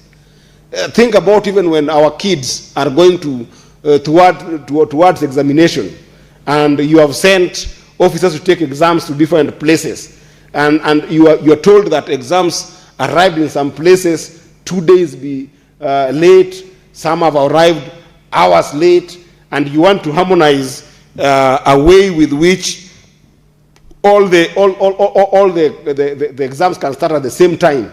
Madam Speaker, you end up having delayed schooling, delayed examination, simply because people cannot be able to get address. You have sent people to Turkana, you have sent people to somewhere like Migori, in Nyatike. Exams want to arrive late because somebody did not know how to navigate a school somewhere in a remote village. This kind of innovation will help us to be able to deal with those kind of problems, Madam Speaker. And we are going to an electoral cycle, Madam Speaker. And you know, during elections, we have seen a time without number ballot papers arriving very late because drivers could not be able to navigate some school in Kwiroro, where Senator Boni Alwale comes from, or some school or polling station in Masangora, where I come from in Kuria. You are told that, the ballots, instead of arriving at 8 a.m., they are arriving at 5 p.m. and denying people from those places their rightful constitutional right to vote, Madam Speaker. So this is a very holistic bill that will solve a lot of our problems as a country, Madam Speaker. And in any case, if you're not doing it just for the country and services and making sure that commerce goes well in the country, it is very important that where Kenya finds itself today, Madam Speaker, we can have a global standard and in our digital mapping system of our addresses, Madam Speaker. This is the bill that is first going to be bold enough to make sure that we have got a unified framework to deal with systems that are fragmented in our local areas in terms of data gathering of local businesses, data gathering of local residential areas, data gathering of local property, to the extent that we can be able to match countries that has made serious strides in terms of accurate GPS data. And Madam Speaker, this is just something that we must achieve as a country. We must be a country that is, integrated into the global GPS system in terms of address system, so that even businesses that have made strides, like Amazon, for instance, if they were to expand to Kenya and create thousands of businesses, and perhaps even people who are in the venture capital markets that perhaps want to invest in something like Jumia, something like Sendi that died, something like Twiga Foods that died, Madam Speaker, something like Glovo, something like Uber, something like, we have another one called Bolt. If we are going to attract foreign direct investment and even mobilize local capital into the venture market, Madam Speaker, they must have confidence that our GPS data makes sense to the global north and to the global business circle. And the only way we can be able to approve to meet that, Madam Speaker, is giving this bill some breath to life and making sure that, Madam Speaker, when somebody thinks about the use of plus codes, for instance, to be able to ensure a sober digital address system, then it makes sense for Kenya. And Madam Speaker, if South Africa has this, and we are competing with them at a global level in terms of economic merit, if Egypt have the same, if Nigeria have the same proper and sound addressing system, there is no reason why Kenya is lagging behind. So I want to congratulate my sister, my senior ranking member, Senator Dulo, for thinking like a Gen Z, for thinking, like the younger generation and bringing a sober bill to this house that will make sure that issue of address system is something that will be something of the past if this bill is implemented. Therefore, Madam Speaker, I want to proudly support and wish that the majority leader will follow this bill very strongly in the National Assembly and make sure that it is given life during our time as a Senate before this fourth Senate dissolves comes next year. I support and I thank you, Madam Speaker. Senator Kinyua.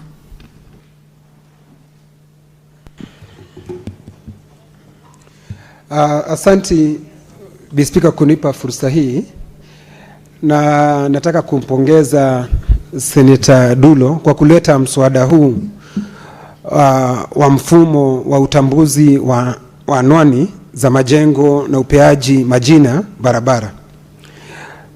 Bi Speaker, huu mswada unapaswa kuwa umepitishwa kwa wakati huu, kwa sababu kumekuwa na changamoto katika miji yetu na vile vile katika sehemu nyingi za Jamhuri ya Kenya.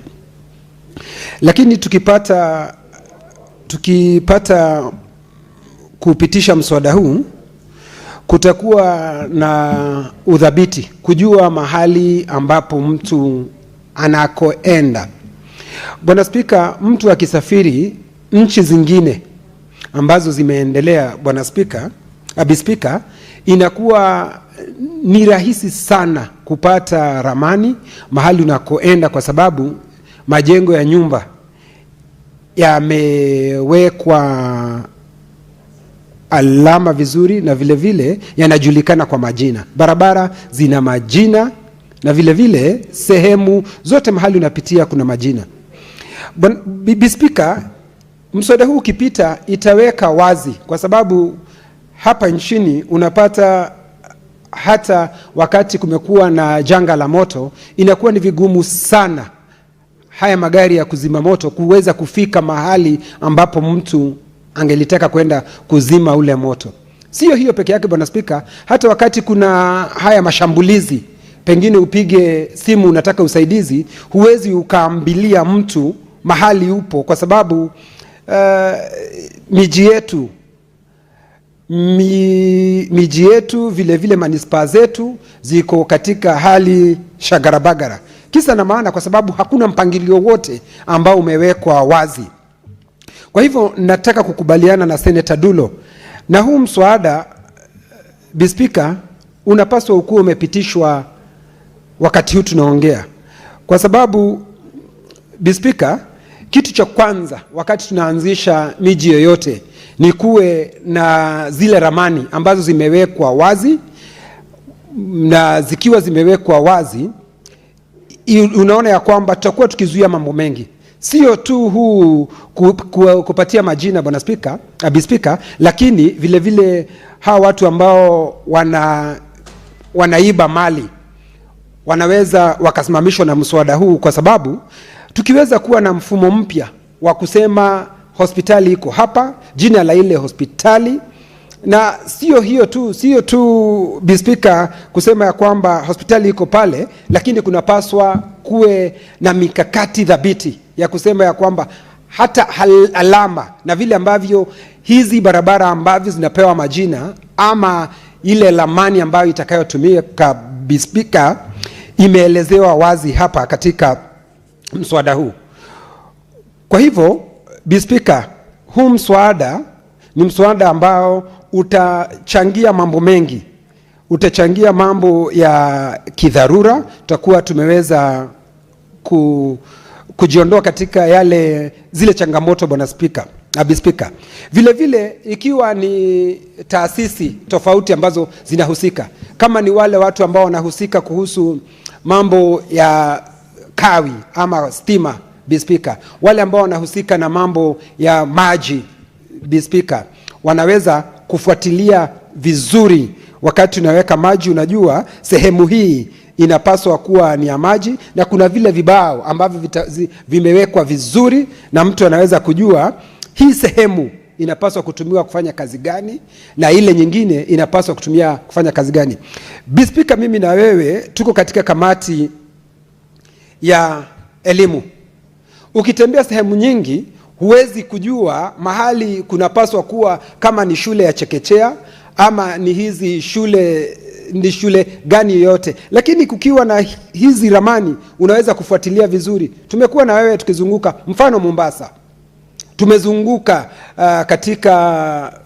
katika vile vitongoji bwana Speaker, unapata barabara hakuna, lakini pale ndani unapata iko shule, lakini kuweza kufika katika ile shule inakuwa ni changamoto.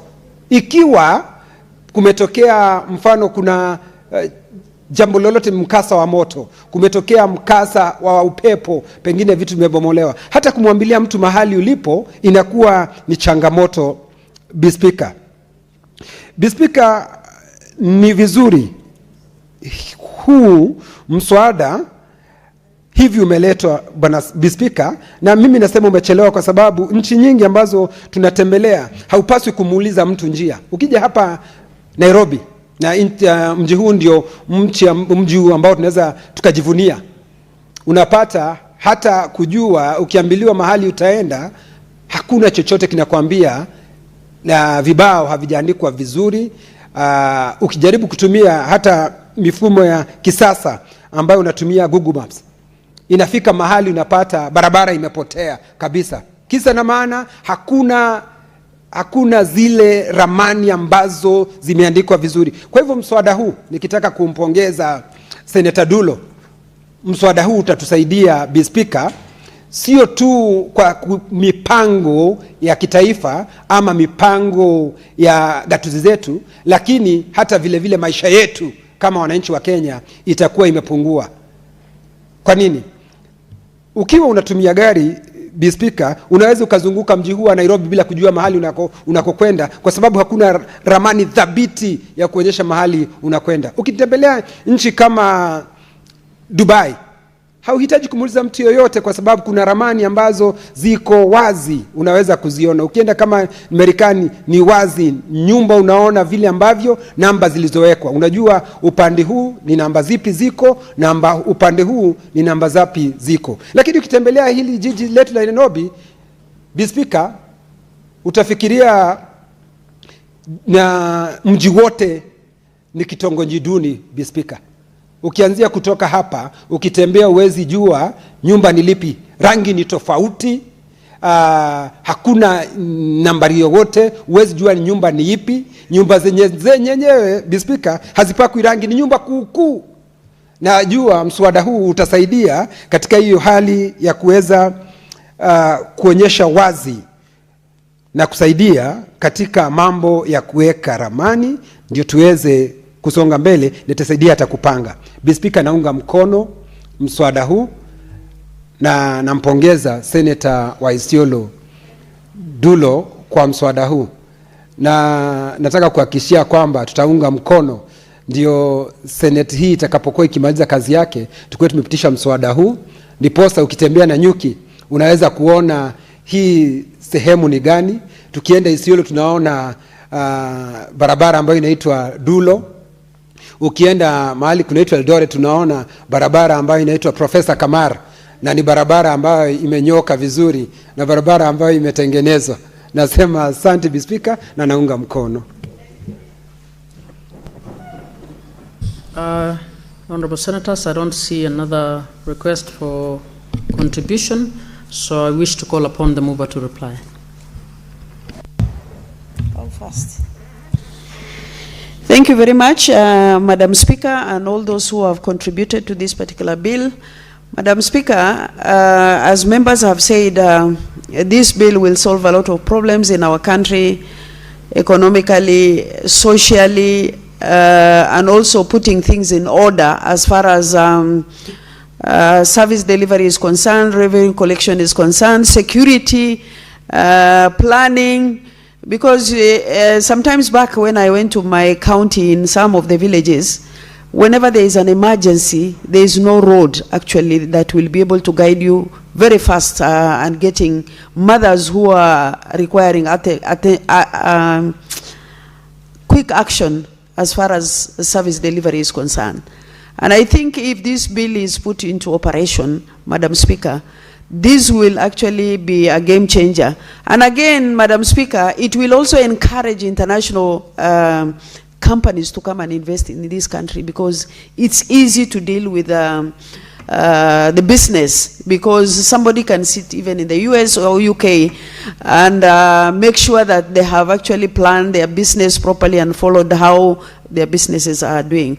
Madam Speaker, if this bill is fast-tracked, I'm sure it will be able to solve so many problems, both for the county and also national level as far as it is concerned. Thank you very much for all those who have supported me, and I beg to reply. I thank you.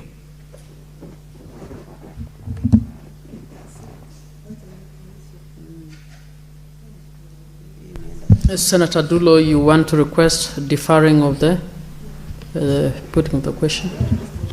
Madam Speaker, I request deferring putting the question because of the numbers. Maybe we can do at a later date. I thank you.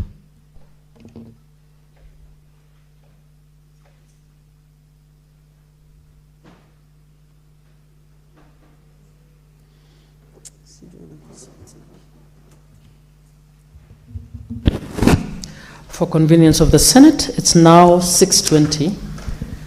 6:28. With only less than a minute and a half to go. Time to adjourn the Senate. The Senate therefore stands adjourned until tomorrow, Wednesday, 5th August 2026 at 9:30 a.m.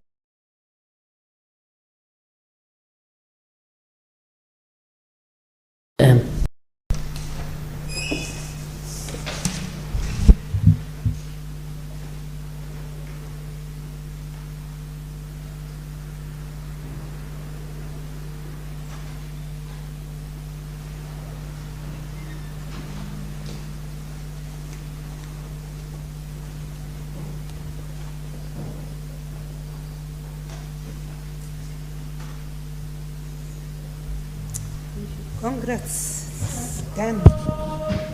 Asante, my dear. Yeah.